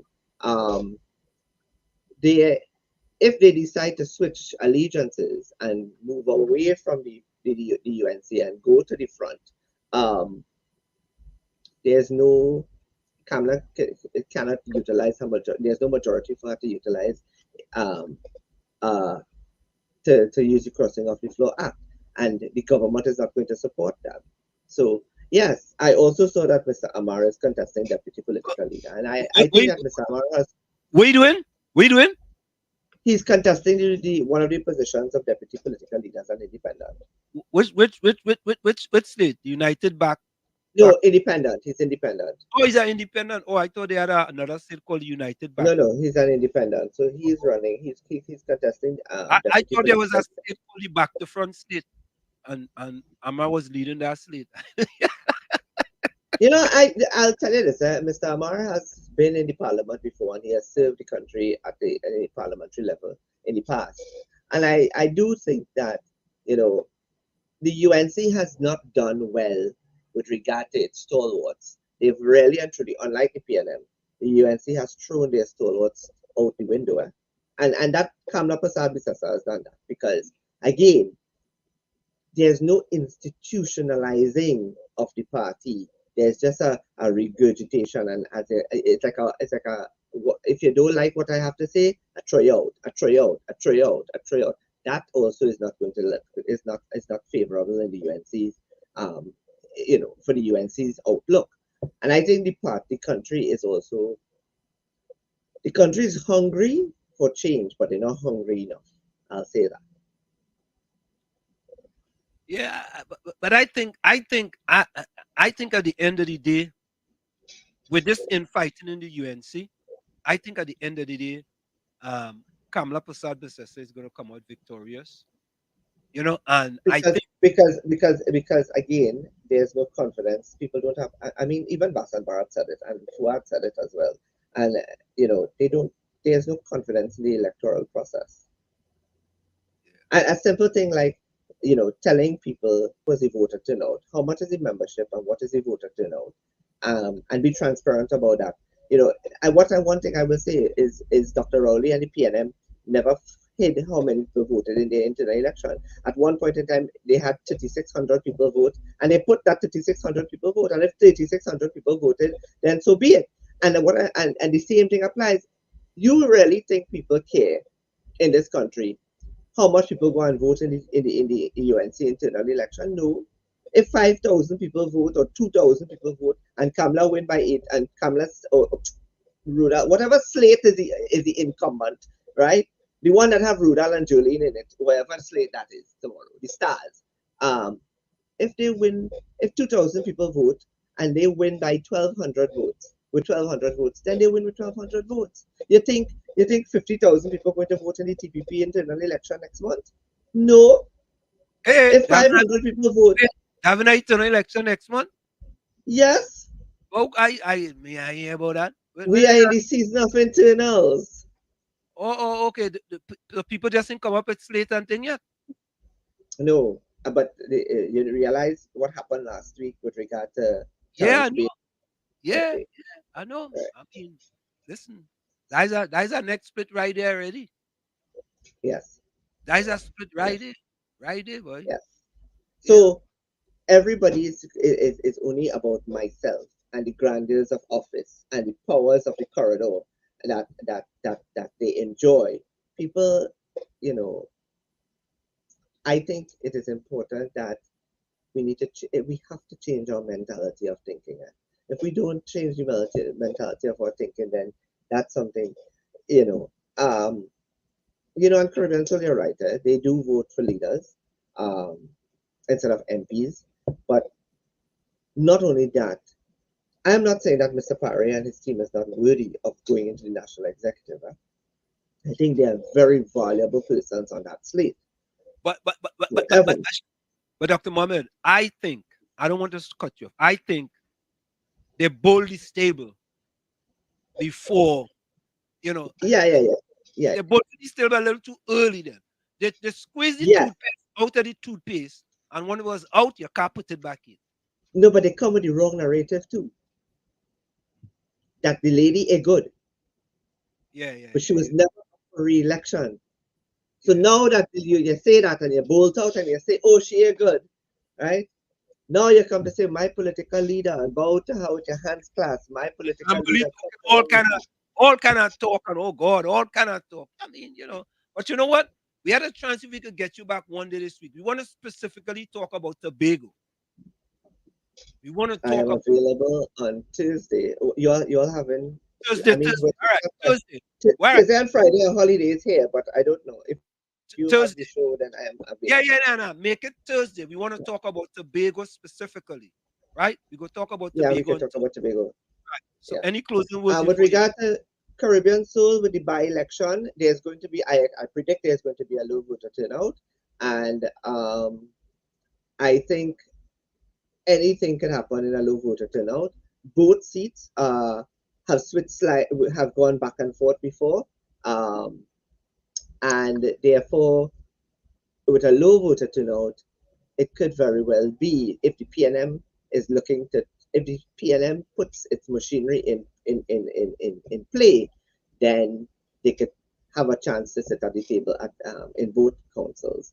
More so Princestown than Pidal, but it is something for us to look at as well. But I don't think people are paying attention to a local government election by election. Any closing words before you go? I continue to say that we need a new way to think about politics in this country, and we need a new grouping of persons that really and truly can seek the interests of Trinidad and Tobago and move us in a direction of prosperity and security that is holistic and all-encompassing and not polarizing to only just a few. All right, Dr. Mohammed. No, she's not Kamla's sister. She's not Kamla's sister. She's been a long-time friend of Kamla Pasalbi's sister. So I'll see you all on Tuesday. All right, we'll see you Thursday. Okay, take care. Take care. All right. Thank you, Dr. Mohammed. So there you have it. All right, Tommy. Folks, if you need, you can put your closing quotes in the chat. Yeah, and my closing comment is, no matter how badly someone treats you, never drop down to their level. Remain calm, stay strong, and walk away. From where I said this is it, the clock on the wall said that's all I like to say, but I've got to go. Remember, hard work beats talent when talent does not work hard. And for every 60 seconds of anger, we lose 1 minute of happiness. See you. Same WZYE time, same WZYE channel. Remember, your circumstances may determine who you are, but you are responsible for who you become. Where, Tommy? Yeah, my first comment is from Paulo Coelho. He says, the secret of life is to fall 7 times and to get up again 8 times. Like I always say, you have to become, you the man in the mirror, have to become that change you want to see. However, if you look in that mirror and don't like what you see, do not blame the mirror. Never look down on a person unless you're giving them a hand up. Love you all. Be safe. See you tomorrow, God willing. Thank you, Tommy. Take care. So, folks, we are out of here. We see you tomorrow, same WZYE time. No, not WZYE time. 7 to 10 p.m. And we see if you can get Sergeant Alexander. I sent him a message while we was on. And see if he can join us tomorrow. Closing comment. Have a blessed Sunday and be safe outside, Caribbean Soul. Yeah, we're gonna leave you with our song. We hate to play this sad song, you know, but we out of here. Later. This is oh Lord, Trinidad and Tobago. This is DJ Bravo. I'm hurting, you know. This is a sad place. My country turned into a sad place. When I look around, it's only sad face. Our country turned into a sad place. All I see in front of me, nightmares turn into reality. Like somebody build a monster factory. Parliament up against parliament economy. But let the moderators in another body in a dream. Somebody girl child missing, another rape again. And next road stain with somebody's sunburn. Who take the F out of Port of Spain. This is a sad place. My country turned into a sad place. When I look around, it's only sad face. Our country turned into a sad place. Now with the love, with the vibes, with the hope. Now tell me something, how we really want we cope. When the children breathing in too much gun smoke. And the Coast Guard can never see a boat. Yes, I'm like some goats when they come looking for votes. Hit the empty promises, reading like a horoscope. Justice for sale in a fat envelope. Politically, all the answers is a joke. This is a sad place. My country turned into a sad place. When I look around, it's only sad face. Our country turned into a sad place. All I see in front of me, nightmares turn into reality. Like somebody build a monster factory. Parliament up against parliament economy. But let the moderators in another body in a dream. Somebody girl child missing, another rape again. And next road stain with somebody's sunburn. Who take the S out of Port of Spain. This is a sad place. My country turned into a sad place. When I look around, it's only sad face. Our country turned into a sad place. It doesn't matter the religion, the color, the creed, or the race. It's our responsibility to take care of our place. Champion.